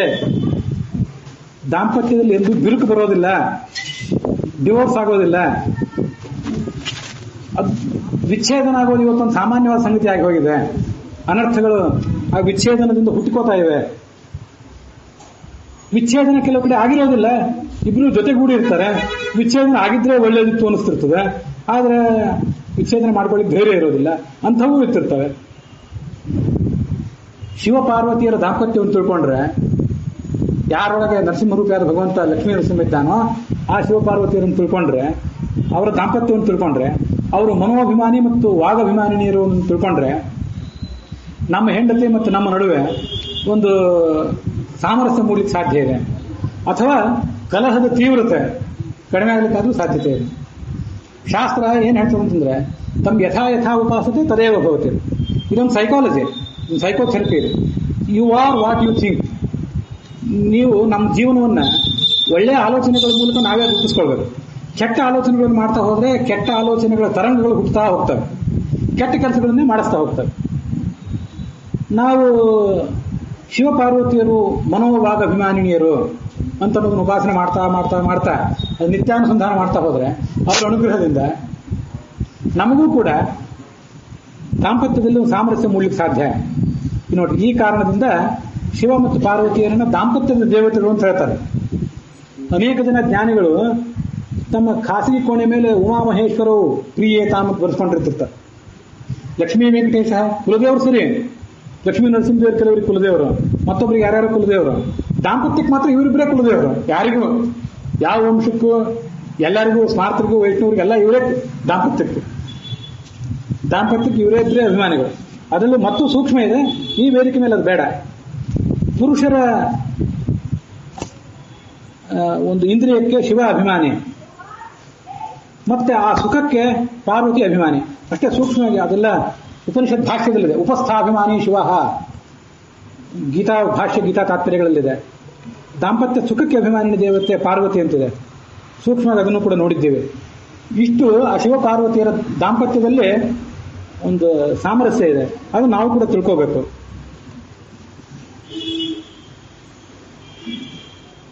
ಈ ಶಿವನನ್ನ ನಾವು ಮನೋಭಿಮಾನಿ ಅಂತ ನೋಡಿದ್ವಲ್ಲ, ಇಲ್ಲಿ ಅವನು ಏನ್ ಮಾಡ್ತಾನೆ ನಮ್ಮ ಕಡೆಯಿಂದ ಮನಸ್ಸಿನಲ್ಲಿ. ಮನಸ್ಸು ಅನೇಕ ಕೆಲಸಗಳನ್ನು ಮಾಡ್ತದಲ್ಲ. ನಾವು ಕಳೆದ ದಿವಸ ಅದ್ರ ಹಿಂದಿನ ದಿವಸ ನೋಡಿದ್ವಿ. ಆತ್ಮಾವ ಅರೆ ದೃಷ್ಟವ್ಯ, ಶ್ರೋತವ್ಯ, ಮಂತವ್ಯ, ನಿಧಿಧ್ಯಾಸಿತವ್ಯ. ಮನಸ್ಸಿನ ಕೆಲಸ ಏನು? ಶ್ರವಣ ಮಾಡೋದು, ಯಾರು ಹೇಳಿದ್ದನ್ನು ಶ್ರವಣ ಮಾಡೋದು, ಆಮೇಲೆ ಅದನ್ನ ಮನನ ಮಾಡೋದು ಅಥವಾ ಓದೋದು. ಶ್ರವಣ ಮಾಡೋದು ಓದೋದು ಅಂತ ಎಲ್ಲ ಒಂದೇ. ಆಮೇಲೆ ಅದನ್ನು ಮನನ ಮಾಡೋದು, ಮುಂದೆ ಅದನ್ನು ಧ್ಯಾನ ಮಾಡೋದು, ಮೂರನೇದು. ಈ ಮನಸ್ಸಿನಿಂದ ಈ ಮೂರು ಕೆಲಸ ಆಗ್ತಾವಲ್ಲ, ಅದನ್ನು ಮೂರು ಜನ ಮಾಡಿಸ್ಲಿಕ್ಕೆ ಮನಸ್ಸಿನೊಳಗೆ ಮೂರು ಪೋರ್ಟ್ಫೋಲಿಯೋ ಇದೆ. ವಿದೇಶಾಂಗ ಸಚಿವರು ಅಂತ ಒಬ್ರು ಕೆಲವರಿದ್ರೆ, ಅದರಲ್ಲಿ ಕೆಲವು ವಿದೇಶಗಳಿಗೆ ಒಬ್ಬರು, ಪಶ್ಚಿಮ ದೇಶಗಳಿಗೆ ಕೆಲವರು, ಪೂರ್ವ ದೇಶಗಳಿಗೆ ಒಂದು ವಿಭಾಗ ಅಂತೆಲ್ಲ ಮಾಡ್ಕೊಂಡಿರ್ತಾರಲ್ಲ, ಆ ಥರ ಈ ಮೂರು ಜನ ಗರುಡಶೇಷ ರುದ್ರರು ಮೂರು ಜನ ಮನೋಭಿಮಾನಿಗಳೇ. ಮನಸ್ಸೂಕ್ಷ್ಮ ಜ್ಞಾನಯೋಗ್ಯಂ. ಸ್ಥೂಲ ಮನಸ್ಸಿಗೆ, ಹೊರಗಿನ ಮನಸ್ಸು, ನಮ್ಮ ಕಡೆಯಿಂದ ಕೆಲಸಗಳನ್ನು ಮಾಡಿಸುವ ಮನಸ್ಸಿಗೆ ಇಂದ್ರ ಅಭಿಮಾನಿ, ಅವನು ಬಿಟ್ಬಿಡೋಣ. ಸೂಕ್ಷ್ಮವಾದ ಮನಸ್ಸು, ಜ್ಞಾನದಾಯಕವಾದ ಮನಸ್ಸೇನಿದೆ ಅದಕ್ಕೆ ಗರುಡಶೇಷ ರುದ್ರರ ಅಭಿಮಾನಿಗಳು. ರುದ್ರಸ್ತು ಮನನಾಖ್ಯಂಚ. ನಮ್ಮ ಕಡೆಯಿಂದ ಶ್ರವಣ, ನಮ್ಮ ಕಡೆ ಮನನ ಯಾರು ಮಾಡಿಸ್ಬೇಕು? ರುದ್ರ ಮಾಡಿಸ್ಬೇಕು. ವಿಷಯಗಳ ಮಂಥನ ಮಾಡಿಸ್ತಾನೆ. ಗರುಡೋ ಧ್ಯಾನ ಗೋಚರಂ, ಶೇಷೋ ವ್ಯಾಖ್ಯಾನ ಗೋಚರಂ. ನಮ್ಮ ಬಾಯಿಂದ ನುಡಿಸುವವನು ಶೇಷ, ಮನನ ಮಾಡಿಸುವವನು ರುದ್ರ. ನಾಳೆ ಕೂತು ಧ್ಯಾನ ಮಾಡಬೇಕಾದಾಗ ಧ್ಯಾನ ಮಾಡಿಸುವವನು ಈ ಗರುಡ. ಗರುಡ ಶೇಷ ರುದ್ರರು ಧ್ಯಾನಕ್ಕೆ, ಗರುಡ ಧ್ಯಾನಕ್ಕೆ, ವ್ಯಾಖ್ಯಾನಕ್ಕೆ ಶೇಷ, ಮತ್ತೆ ಮನನಕ್ಕೆ ಈ ರುದ್ರ. ಇವರೆಲ್ಲ ಮನೋಭಿಮಾನಿಗಳು ಅಂತ ಅನ್ನೋದಕ್ಕೆ ಅರ್ಥ. ಇದೆಲ್ಲ ಮನೋವೈ ಯಜ್ಞಂ ಯಜುಹು ಅಂತ ಮಹಾಭಾರತದ ಈ ಶ್ಲೋಕ ಏನಿದೆ ಇದರಲ್ಲಿ ಅಡಕಾಗಿದೆ. ಮನೋಭಿಮಾನಿ ರುದ್ರ ಅಂತ ತಿಳ್ಕೊಂಡಾಗ ಅವನು ನಮ್ಮ ಕಡೆಯಿಂದ ಮನನ ಮಾಡಿಸ್ತಾನೆ ಅಂತ ತಿಳ್ಕೊಳ್ರಿ. ಅವನನ್ನು ನೆನಪು ಮಾಡ್ಕೊಳ್ಳುವಾಗ ಅವನ ಪತ್ನಿಯಾದ ಪಾರ್ವತಿಯನ್ನು ಕೂಡ ನೆನಪು ಮಾಡ್ಕೊಳ್ರಿ. ಯಾಕಂದ್ರೆ ಋಗ್ವೇದಕ್ಕೆ ಅವಳು ಅಭಿಮಾನಿಯಾಗಿದ್ದಾಳೆ. ಅದು ಮುಂದಿನ ಉತ್ತರಾರ್ಧದಲ್ಲಿದೆ ಆ ಅಭಿಪ್ರಾಯ. ಪೂರ್ವಾರ್ಧದಲ್ಲಿ ಗಂಡನ ಬಗ್ಗೆ ಹೇಳಿದ್ದಾರೆ, ಉತ್ತರಾರ್ಧದಲ್ಲಿ ಹೆಂಡತಿ ಬಗ್ಗೆ ಹೇಳ್ತಾರೆ. ಮತ್ತೊಂದು ಸ್ವಾರಸ್ಯ ಏನು ಅಂತಂದ್ರೆ, ವಾಗಭಿಮಾನಿನಿಯಾದವರೆಲ್ಲರೂ ಕೂಡ ಋಗ್ವೇದಕ ಅಭಿಮಾನಿಗಳು ಆಗಿರ್ತಾರೆ. ಅದು ಒಂದು ಸ್ವಾರಸ್ಯ ಇದೆ. ಸರಸ್ವತಿ, ಭಾರತಿ, ಪಾರ್ವತಿ, ಸೌಪರ್ಣಿ, ವಾರುಣಿ ಇವರೆಲ್ಲರೂ ಕೂಡ ವಾಗಭಿಮಾನಿನಿಯರೇ. ಅವರೆಲ್ಲರೂ ಋಗ್ವೇದ ಅಭಿಮಾನಿನಿಯರು. ಲಕ್ಷ್ಮೀದೇವಿಯು ಋಗ್ಅಭಿಮಾನಿನಿಯೇ. ಇವರೆಲ್ಲರೂ ವಾಗಭಿಮಾನಿಗಳು ಮತ್ತೆ ಋಗ್ವೇದಕ್ಕೆ ಅಭಿಮಾನಿಗಳಾಗಿರ್ತಾರೆ. ಅದು ಬೃಹದಾರಣ್ಯಕ ಭಾಷ್ಯದಲ್ಲಿಯೇ ಒಂದು ಕಡೆ ಹಿಂದೆ ಬಂದಿದೆ, ಅದನ್ನು ನಾವು ನೋಡಿದ್ದೇವೆ. ಮತ್ತೊಂದು ಕಡೆ ಗೀತಾ ತಾತ್ಪರ್ಯದಲ್ಲಿ ಋತಶ್ರೀ ಗೀರ್ ಉಮಾದ್ಯಾಶ್ಚ ಸಾಮ್ನ ಪ್ರಾಣಶಿವಾದಯ, ಗಂಡಸರ ಪೋರ್ಟ್ಫೋಲಿಯೋ ಏನು, ಹೆಂಗಸರ ಪೋರ್ಟ್ಫೋಲಿಯೋ ಏನು ಅಂತ ಮತ್ತೊಂದು ಕಡೆ ಗೀತಾ ತಾತ್ಪರ್ಯದಲ್ಲಿ ಹೇಳ್ತಾರೆ. ಋಗ್ವೇದಕ್ಕೆ ಶ್ರೀಹಿ ಗೀಹಿ ಉಮಾದ್ಯಾಶ್ಚ. ನೋಡ್ರಿ, ಶ್ರೀ ಅಂದ್ರೆ ಲಕ್ಷ್ಮೀದೇವಿ, ಗೀ ಅಂದ್ರೆ ಮಾತು ಅಂತ ಅರ್ಥ. ಮಾತು ಅಂದ್ರೆ ಸರಸ್ವತಿ ಭಾರತೀಯರು, ಉಮಾದ್ಯಾಹ ಅಂದ್ರೆ ಉಮಾ, ಸೌಪರ್ಣಿ, ವಾರುಣಿ. ಹಾಗಾಗಿ ಲಕ್ಷ್ಮೀದೇವಿ, ಸರಸ್ವತಿ ಭಾರತೀಯರು, ಇವರು 3 ಜನ ಆದ್ರು. ಇನ್ನು 3 ಜನ ಸೌಪರ್ಣಿ, ವಾರುಣಿ ಮತ್ತು ಪಾರ್ವತಿ. ಈ 6 ಜನ ಋಗ್ವೇದಕ್ಕೆ ಅಭಿಮಾನಿನಿಯರು. ಮತ್ತೆ ಹಾಗಾದ್ರೆ ಸಾಮವೇದಕ್ಕೆ ಯಾರು ಅಭಿಮಾನಿಗಳು? ಚತುರ್ಮುಖ ಸರಸ್ವತಿಯ ಗಂಡ, ಮುಖ್ಯ ಪ್ರಾಣ ಭಾರತೀಯ ಗಂಡ, ಪಾರ್ವತಿಯ ಗಂಡ ಶಿವ, ಮತ್ತೆ ಶಿವ ಆದಾಯ ಅಂತ ಹೇಳಿದ್ದಾರೆ ಅಲ್ಲಿ ಆಚಾರ್ಯರು. ಗರುಡ ಶೇಷರುದ್ರನ್ನು ಕೂಡ ತಗೊಳ್ರಿ ಗರುಡಕ್ಕೆ. ಯಾಕಂತಂದ್ರೆ ಗರುಡ ವೇದಾಭಿಮಾನಿ. ಛಂದೋಮಯೇನ ಗರುಡೇನ ಸಮುಖ್ಯಮಾನ ಅಂತ ಭಾಗವತ. ಗರುಡನ ಹೆಗಲೇರಿ ಭಗವಂತ ಬರ್ತಾನೆ ಅಂದ್ರೆ ವೇದದಿಂದ ಪ್ರತಿಪಾದ್ಯನಾಗಿದ್ದಾನೆ ಅಂತ ಅರ್ಥ. ಗರುಡ ನಮ್ಮ ಕಡೆಯಿಂದ ವೇದಗಳನ್ನು ಓದಿಸುವವನೇ ಗರುಡ. ಮತ್ತೊಂದು ಕಡೆ ಐತರೇಯ ಉಪನಿಷತ್ ಭಾಷ್ಯದಲ್ಲಿ ಅದನ್ನು ಹೇಳ್ತಾರೆ. ವೇದಗಳನ್ನು ಓದಿಸುವವನು ಗರುಡ. ಅವನಿಗೆ ತಾಂತ್ರಿಕೆ ಶೇಷರುದ್ರೌಚ. ಈ ಮಹಾಭಾರತ, ಭಾಗವತ ಮೊದಲಾದ ಪೌರುಷೇಯ ಗ್ರಂಥಗಳನ್ನು ಓದಿಸುವವರು ಶೇಷರುದ್ರರು. ವೈದಿಕೆ ಗರುಡ. ವೇದಗಳನ್ನು ನಮ್ಮ ಕಡೆಯಿಂದ ಶ್ರವಣ ಮಾಡಿಸುವವನು ಗರುಡ. ಹೀಗೆ ಅವರೆಲ್ಲ ಅವ್ರಿಗೆ ಅಭಿಮಾನಿಗಳಾಗಿದ್ದಾರೆ. ಸುಪರ್ಣ ಅಖಿಲ ವೇದಾನಾಮ ಅಂತ ಋಗ್ಭಾಷ್ಯದಲ್ಲಿದೆ. ಇಡೀ ಋಗ್ವೇದಕ್ಕೆ ಸುಪರ್ಣ ಋಷಿ, ಗರುಡ ಋಷಿ. ಅದಕ್ಕೆ ಬರೇ ನಮ್ಮ ಕಡೆ ಶ್ರವಣ ಮಾಡಿಸುವವನಲ್ಲ, ಚತುರ್ಮುಖ ಬ್ರಹ್ಮನ ನಂತರ ಅವನು ದೊಡ್ಡ ಋಷಿ ಅದಕ್ಕೆ ಗರುಡ. ಹಾಗೆ ಋಗ್ವೇದಕ್ಕೆ ಎಲ್ಲ ದೇವತೆಗಳು, ಸಾಮವೇದಕ್ಕೆ ಅವರೆಲ್ಲ ಗಂಡಂದ್ರೆಲ್ಲ ದೇವತೆಗಳಾಗಿದ್ದಾರೆ. ಋಗ್ವೇದವನ್ನು ಅವಲಂಬಿಸಿಯೇ ಸಾಮವೇದ ಹಾಡ್ತಾರೆ. ಅದನ್ನು ಬಿಟ್ಟಿಲ್ಲ ಸಾಮವೇದದ ಪಠನ, ಅದು ನಮ್ಗೆ ಗೊತ್ತಿದೆ. ಹಾಗಾಗಿ ಎಲ್ಲಾ ದೇವತೆಗಳು ಕೂಡ, ಗಂಡಸರು ದೇವತೆಗಳು ಸಾಮಕ್ಕೆ, ಸ್ತ್ರೀ ದೇವತೆಗಳು ಋಗ್ವೇದಕ್ಕೆ. ಇಲ್ಲಿ ಒಬ್ಬರದ್ದು ತಪ್ಪಿತೀಗ, ಯಾರ್ದೊಂದು ಪರಮಾತ್ಮನ ತಪ್ಪಿತ್ತು. ಋಗ್ವೇದಕ್ಕೆ ಲಕ್ಷ್ಮೀದೇವಿ ಅಭಿಮಾನಿನಿ ಅಂತ ಹೇಳಿದ್ರಿ. ಪರಮಾತ್ಮ ಯಾವುದಕ್ಕೆ? ಪರಮಾತ್ಮ ಯಾವುದಕ್ಕೂ ಅಭಿಮಾನಿ ಅಲ್ಲ. ಪರಮಾತ್ಮನಿಗೆ ಅಭಿಮಾನ ಇಲ್ಲ ಯಾವುದರ ಮೇಲೆ. ಅವನು ಪ್ರತಿಪಾದ್ಯ ನಿಯಾಮಕ ಮಾತ್ರ. ಯಾವುದಕ್ಕೆ ನಿಯಾಮಕ ಅವನು ಅಂತಂದ್ರೆ ಯಜ್ಞಕ್ಕೆ ನಿಯಾಮಕ. ಯಜ್ಞ ಅಂತ ಶಬ್ದದಿಂದ ನಾವು ಪರಮಾತ್ಮನನ್ನು ಹೇಳ್ಬೋದು, ಉಳಿದ ದೇವತೆಗಳನ್ನು ಹೇಳ್ಬೋದು. ಅದು ಹೇಗೆ ಅಂತಂದ್ರೆ ಉಳಿದ ದೇವತೆಗಳು ಅದಕ್ಕೆ ಅಭಿಮಾನಿಗಳು, ಅವನು ಅದಕ್ಕೆ ನಿಯಾಮಕ. ಯಾವ ಶಬ್ದವನ್ನು ಯಾರಲ್ಲೂ ಪ್ರಯೋಗ ಮಾಡಬಹುದು, ಯಾವ ಅರ್ಥದಲ್ಲಿ ಪ್ರಯೋಗ ಮಾಡ್ತಿದ್ರಿ ಅನ್ನೋದು ಮುಖ್ಯ. ನೀವು ಬ್ರಹ್ಮರು, ನೀವು ಬ್ರಹ್ಮರೇ. ಬ್ರಹ್ಮಾಣ ಜೀವ ಸರ್ವೇಪಿ ಅಂತ ತತ್ವ ನಿರ್ಣಯದಲ್ಲಿದೆ. ನೀವೆಲ್ಲ ಬ್ರಹ್ಮರೇ. ಮುಕ್ತಿಗೆ ಹೋದವರು ಪರಬ್ರಹ್ಮರು. ಲಕ್ಷ್ಮೀದೇವಿ ಪರಮ ಬ್ರಹ್ಮ, ಪರಮಾತ್ಮ ಪರಮ ಮಹಾಬ್ರಹ್ಮ. ಇದು ಹೇಗೆ ಅಂತ ಪ್ರಶ್ನೆ. ಅಲ್ಲ, ನಾವು ಬ್ರಹ್ಮ, ನೀವು ಬ್ರಹ್ಮ, ನಮ್ಮನ್ನು ನಾವು ಬ್ರಹ್ಮ ಅಂತ ಕರ್ಕೊಳ್ಳೋದು ಹೇಗೆ ಅಂತಂದ್ರೆ, ಒಂದು ನಿನ್ನೆ ಉದಾಹರಣೆ ಹೇಳಿದೆ. ದೊಡ್ಡ ಪಂಡಿತರು ಅಂತ ನಮ್ಮನ್ನ ಯಾರು ಕರೆದ್ರೆ, ಹೌದು ದೊಡ್ಡ ಪಂಡಿತರೆ. ಎಷ್ಟು ದೊಡ್ಡ ಪಂಡಿತರು? ನಮ್ಮ ಗುರುಗಳಿಗೆ ಕಂಪೇರ್ ಮಾಡಿದ್ರೆ ದೊಡ್ಡ ಪಂಡಿತರೇನು ಅಲ್ಲ. ಗುರುಗಳು ಇನ್ನೂ ದೊಡ್ಡ ಪಂಡಿತರು, ಅವ್ರ ಗುರುಗಳು ಮತ್ತು ದೊಡ್ಡ ಪಂಡಿತರು, ಅವ್ರ ಗುರುಗಳು ಮತ್ತು ದೊಡ್ಡ ಪಂಡಿತರು. ನಾವು ದೊಡ್ಡ ಪಂಡಿತರೆ, ಎಲ್ಲರೂ ದೊಡ್ಡವರೇ. ದೊಡ್ಡದು ಅಂದ್ರೆ ಏನು? ನಮ್ದು ಇಷ್ಟೇ ಲೋಟ, ನಮ್ಮ ತಂಬಿಗೆ ಇಷ್ಟೇ, ಸಣ್ಣ ತಂಬಿಗೆ ನಮ್ದು. ನಮ್ಮ ಗುರುಗಳ ತಂಬಿಗೆ ದೊಡ್ಡದು, ಅವ್ರ ಗುರುಗಳ ತಂಬಿಗೆ ಮತ್ತು ದೊಡ್ಡದು. ಎಲ್ಲರೂ ತುಂಬಿದವರೇ, ಅಂದ್ರೆ ತುಂಬಬೇಕಾದವರು, ಇನ್ನೂ ತುಂಬಿಲ್ಲ. ಈಗ ನಾವೆಲ್ಲ ಅರ್ಧ ಇದ್ದೇವೆ, ಅದೊಂದು ಸಫಲ ಮಾಡ್ತಿದ್ದೇವೆ. ಸಂಪೂರ್ಣ ಕುಂಭ ಶಬ್ದ ಮಾಡೋದಿಲ್ಲ, ಅದು ಅರ್ಧ ಕುಂಭ ಶಬ್ದ ಮಾಡ್ತಿರ್ತದೆ. ಅದರಿಂದ ನಾವೀಗ ಶಬ್ದ ಮಾಡ್ತಿದ್ದೇವೆ. ತುಂಬಿದ ಕೂಡ ಯಾವತ್ತು ತುಳ್ಕೋದಿಲ್ಲ. ಆದ್ರಿಂದ ಬ್ರಹ್ಮ ಅಂದ್ರೆ ಅವರೆಲ್ಲರೂ ಬ್ರಹ್ಮ. ಹಾಗೆ ನಾವು ಇವರೆಲ್ಲ ಯಜ್ಞರೇ, ದೇವತೆಗಳೆಲ್ಲ ಯಜ್ಞರೇ ಇವರು. ಅದೊಂದು ಸ್ವಾರಸ್ಯದ ಸಂಗತಿ. ಅದು ಭಾಗವತ ತಾತ್ಪರ್ಯದಲ್ಲಿ ಅಂತರ್ಯಾಮೀತು ಯಜ್ಞಾದೇಹೇ ವಿಷ್ಣು ಯಜ್ಞಾದಿನಾಂ ರಮಾ ಅಂತ ಆ ಪರಮಾತ್ಮ ಮತ್ತು ಲಕ್ಷ್ಮೀ ದೇವಿಯರ ಒಂದು ದಾಂಪತ್ಯವನ್ನು ವರ್ಣನೆ ಮಾಡ್ತಾರೆ. ಎಲ್ಲ ಇಡೀ ಯಜ್ಞ ನಡೀತದಲ್ಲ, ನೀವು ಬೃಹತಿ ಸಹಸ್ರ ಹೋಮ ಮಾಡಿದರೆ ಆರಂಭದಿಂದ ಕೊನೆಯ ತನಕ ಇಡೀ ಯಜ್ಞ ಏನಿದೆ, ಅದಕ್ಕೆ ಇಡೀ ಯಜ್ಞಕ್ಕೆ ನಿಯಾಮಕ ಪರಮಾತ್ಮ. ನಡುವೆ ನಡುವೆ ಒಂದು ಕೆಲವು ಸಣ್ಣ ಸಣ್ಣ ಕ್ರಿಯೆಗಳಿರ್ತಾವಲ್ಲ, ಅವಕ್ಕೆಲ್ಲ ನಿಯಾಮಕರು ಲಕ್ಷ್ಮೀದೇವಿ. ಇದು ಸಣ್ಣದಕ್ಕೆ ಲಕ್ಷ್ಮೀದೇವಿ, ದೊಡ್ಡದಕ್ಕೆ ಪರಮಾತ್ಮ. ಅಂತೂ ಇವಳನ್ನು ಬಿಟ್ಟು ಅವ ಇಲ್ಲ, ಅವನನ್ನು ಬಿಟ್ಟು ಇವಳಿಲ್ಲ. ಇದು ಅವರ ಸ್ವಾರಸ್ಯ. ಬರೇ ಒಂದು ದಿವಸದ ಯಜ್ಞ ಅಂತಲ್ಲ, ಕೆಲವು ಬಾರಿ 10 ದಿವಸಗಳ ಗಟ್ಟಲೆ ಯಜ್ಞ ಮಾಡ್ತಿರ್ತಾರೆ. ಇಡೀ ಯಜ್ಞಕ್ಕೆ ಪರಮಾತ್ಮನೇ, ಅವನೇ ಯಜ್ಞ. ಯಜ್ಞಪೀರಿ ಯಜ್ವ, ಅವನೇ ಯಜ್ಞ. ನಡುವೆ ನಡುವೆ ಆಗುವ ಕ್ರಿಯೆಗಳಿಗೆ ಲಕ್ಷ್ಮೀದೇವಿ ಇಜ್ಜಾದಿ ನಾಮ, ಅದಕ್ಕೆಲ್ಲ ಇಜ್ಜಾ ಅಂತ ಕರೀತಾರೆ. ಇದು ಸ್ವಾರಸ್ಯ, ಶಬ್ದದ ಸ್ವಾರಸ್ಯ ಗಮನಿಸಬೇಕು. ಇಜ್ಜಾ ಅನ್ನೋ ಶಬ್ದ ಸ್ತ್ರೀಲಿಂಗ, ಲಕ್ಷ್ಮೀದೇವಿಯನ್ನು ಹೇಳ್ತದೆ. ಯಜ್ಞ ಅನ್ನೋ ಶಬ್ದ ಪುಲ್ಲಿಂಗ, ಪರಮಾತ್ಮನ ಹೇಳ್ತದೆ. ಯಜ್ಞ ಅಂತ ಕರೆದ್ರೆ, ಆಕಾರಾಂತವಾಗಿ ಕರೆದ್ರೆ ಲಕ್ಷ್ಮೀದೇವಿಯನ್ನು ಹೇಳ್ತದೆ. ಯಜ್ಞ ಅಂತ ಅಕಾರಾಂತವಾಗಿ ಕರೆದ್ರೆ, ಹ್ರಸ್ವವಾಗಿ ಕರೆದ್ರೆ ಪರಮಾತ್ಮನ ಹೇಳ್ತದೆ. ಯಜ್ಞ ಅಂತ ದೀರ್ಘವಾಗಿ ಕರೆದ್ರೆ ಲಕ್ಷ್ಮೀದೇವಿಯನ್ನು ಹೇಳ್ತದೆ. ಏಷ ಹವೈ ನೋಡಿ, ಈಗ ನಮಗೆ ಪರಮಾತ್ಮ ಯಜ್ಞ. ಯಾಕೆಂತಂದ್ರೆ ಯಜ ದೇವ ಪೂಜಾಯಾಮ್ ಅಂತ ಎಲ್ಲ ನಾವು ಮಾಡುವ ದೇವ ಪೂಜೆ, ಸಂಧ್ಯಾ ವಂದನೆ, ಬೃಹತಿ ಸಹಸ್ರ, ಅಶ್ವಮೇಧ ಮೊದಲಾದ ಎಲ್ಲ ಯಜ್ಞಗಳ ಭೋಕ್ತಾ ಇಟ್ಟುಕೊಳ್ಳೋಣ. ಒಂದು ಕಡೆ ಯಜ್ಞ ಅನ್ನೋ ಶಬ್ದಕ್ಕೆ, ಯಜ್ಞ ಅನ್ನೋ ಶಬ್ದಕ್ಕೆ ಏನರ್ಥ ಅಂತ ಬಹಳ ಸುಂದರವಾಗಿ ಹೇಳ್ತಾರೆ. ಅದನ್ನು ಹೇಳುವಾಗ ಪರಮಾತ್ಮ ಮುಖ್ಯ ಪ್ರಾಣನ ಕುರಿತಾಗಿ ಹೇಳ್ತಾರೆ. ಅದನ್ನ ಈ ಛಾಂದೋಪನಿಷತ್ನಲ್ಲಿ ಹೇಳ್ತಾರೆ. ಅದು ಮುಖ್ಯ ಪ್ರಾಣನ ಕುರಿತಾಗಿ ಹೇಳಿದ್ರೆ ಪರಮಾತ್ಮನ ಕುರಿತಾಗಿ ಹೇಳಿದಂತಾನೆ ಅದು. ಅವನಲ್ಲಿದ್ರೆ ಇವನಿಗೆ ಅದು ಬರೋದು. ಅದೆಷ್ಟು ಸ್ವಾರಸ್ಯಕರವಾದ್ದು ಅಂತಂದ್ರೆ, ಏಷ ಹವೈ ಯಜ್ಞೋ ಯೋಯಂ ಪವತೆ ಏಷ ಎನ್ ಇದಂ ಸರ್ವಂ ಪುನಾತೆ. ಈ ಮುಖ್ಯ ಪ್ರಾಣನಿಗೆ ಯಜ್ಞ ಅನ್ಬೇಕು. ಯಾಕೆಂತಂದ್ರೆ ಏಷ ಎನ್ ಇದಂ ಸರ್ವಂ ಪವತೆ, ಯ ಜ್ಞ ಅಂತಿದೆಯಲ್ಲ, ಅಲ್ಲಿ 2 ಅಕ್ಷರ ಇವೆ, ಯ ಮತ್ತು ಜ್ಞ.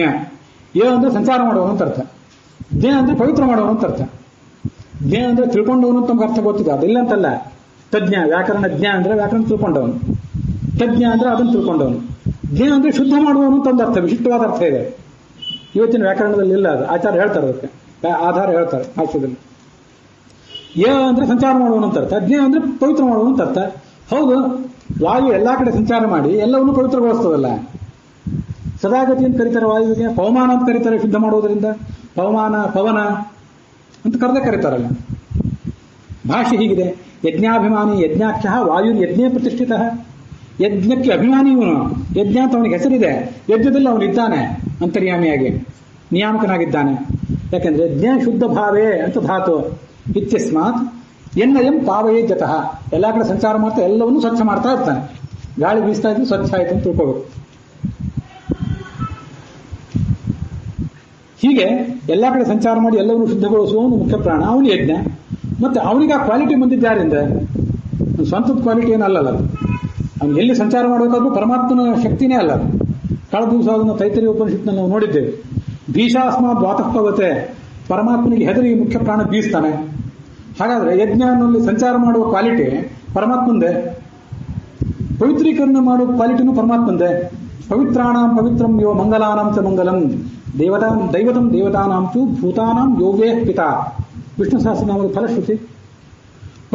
ಪರಮಾತ್ಮನ ನಾಮವೇ ಪವಿತ್ರ, ಅವನೇ ದೊಡ್ಡ ಪವಿತ್ರ.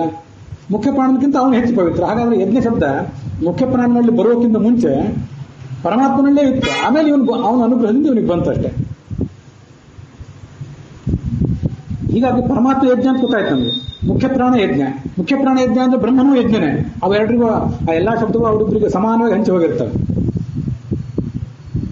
ಆಮೇಲೆ ಉಳಿದ ದೇವತೆಗಳಿದ್ದಾರಲ್ಲ, ಅವನ ಬಳಿಕ ಅನೇಕ ಜನರ ದೇವತೆಗಳಿಗೆಲ್ಲ ಯಜ್ಞ ಅಂತ ಕರೀತಾರೆ. ಅದು ದೊಡ್ಡ ಗುಂಪೇ ಇದೆ, ಬಹಳ ಸ್ವಾರಸ್ಯದ ಸಂಗತಿ ಅದು. ಎಲ್ಲಿಯವರೆಗೆ ಅಂತಂದ್ರೆ ಕರ್ಮಕ್ಕೆ ಅಭಿಮಾನಿ ಅಂತ ಪುಷ್ಕರ ಇದ್ದಾನಲ್ಲ, ಅದು 26, 27ನೇ ಕಕ್ಷಾದಲ್ಲೆಲ್ಲೋ ಬರ್ತಾನಲ್ಲ, ನೀವು ಗಮನಿಸಿ ಅದನ್ನು.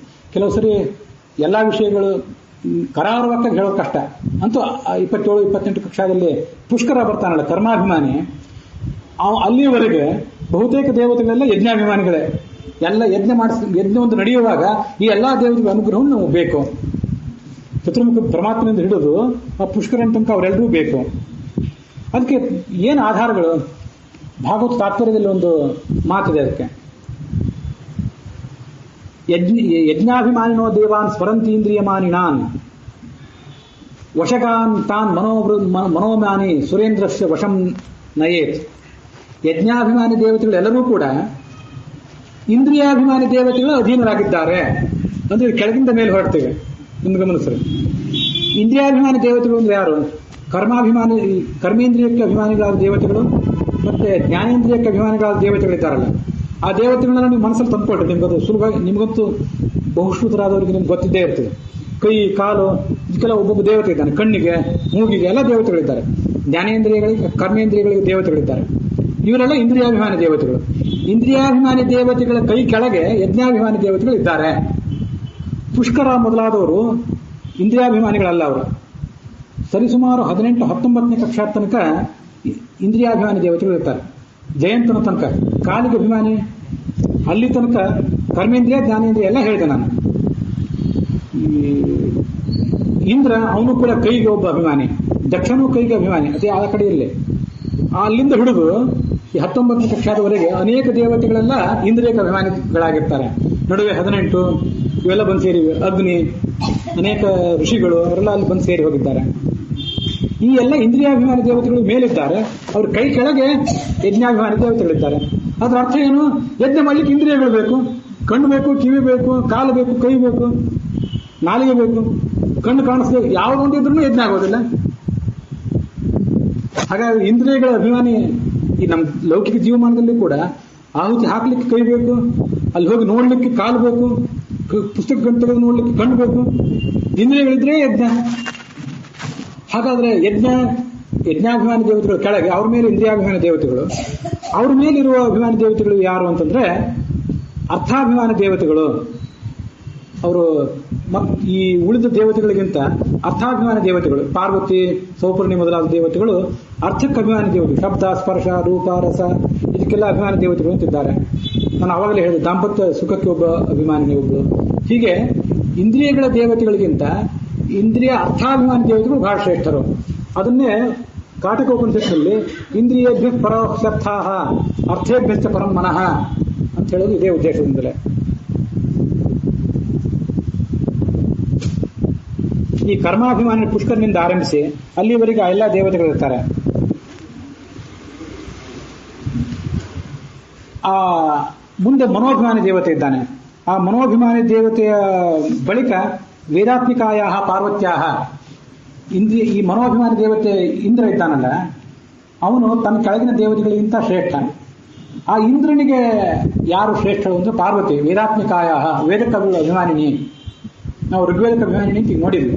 ವೇದಾತ್ಮಿಕಾಯ ಪಾರ್ವತ್ಯಾಹ ಅಂತ ಅನ್ನೋದು ಭಾಗವತ ತಾತ್ಪರ್ಯದಲ್ಲಿ ಬಂದಂಥ ಮಾತು. ವೇದಕಗಳ ಅಭಿಮಾನಿನಿ. ವರ್ಣತ್ರಯಾತ್ಮಕಂ ರುದ್ರಂ. ನಮಗೆ ರುದ್ರನ ಬಗ್ಗೆ ಗೊತ್ತು, ಪಾರ್ವತಿ ಬಗ್ಗೆ ಗೊತ್ತು. ಯಾವ್ಯಾವ ಕೆಲಸ ಅವ್ರು ಮಾಡ್ತಾರೆ ಅಂತ ಗೊತ್ತಿಲ್ಲ. ಓಂಕಾರದಲ್ಲಿ ಉಮ ಇದೆಯಲ್ಲ, ಆ ವರ್ಣತ್ರಯಾತ್ಮಕನೇ ರುದ್ರ.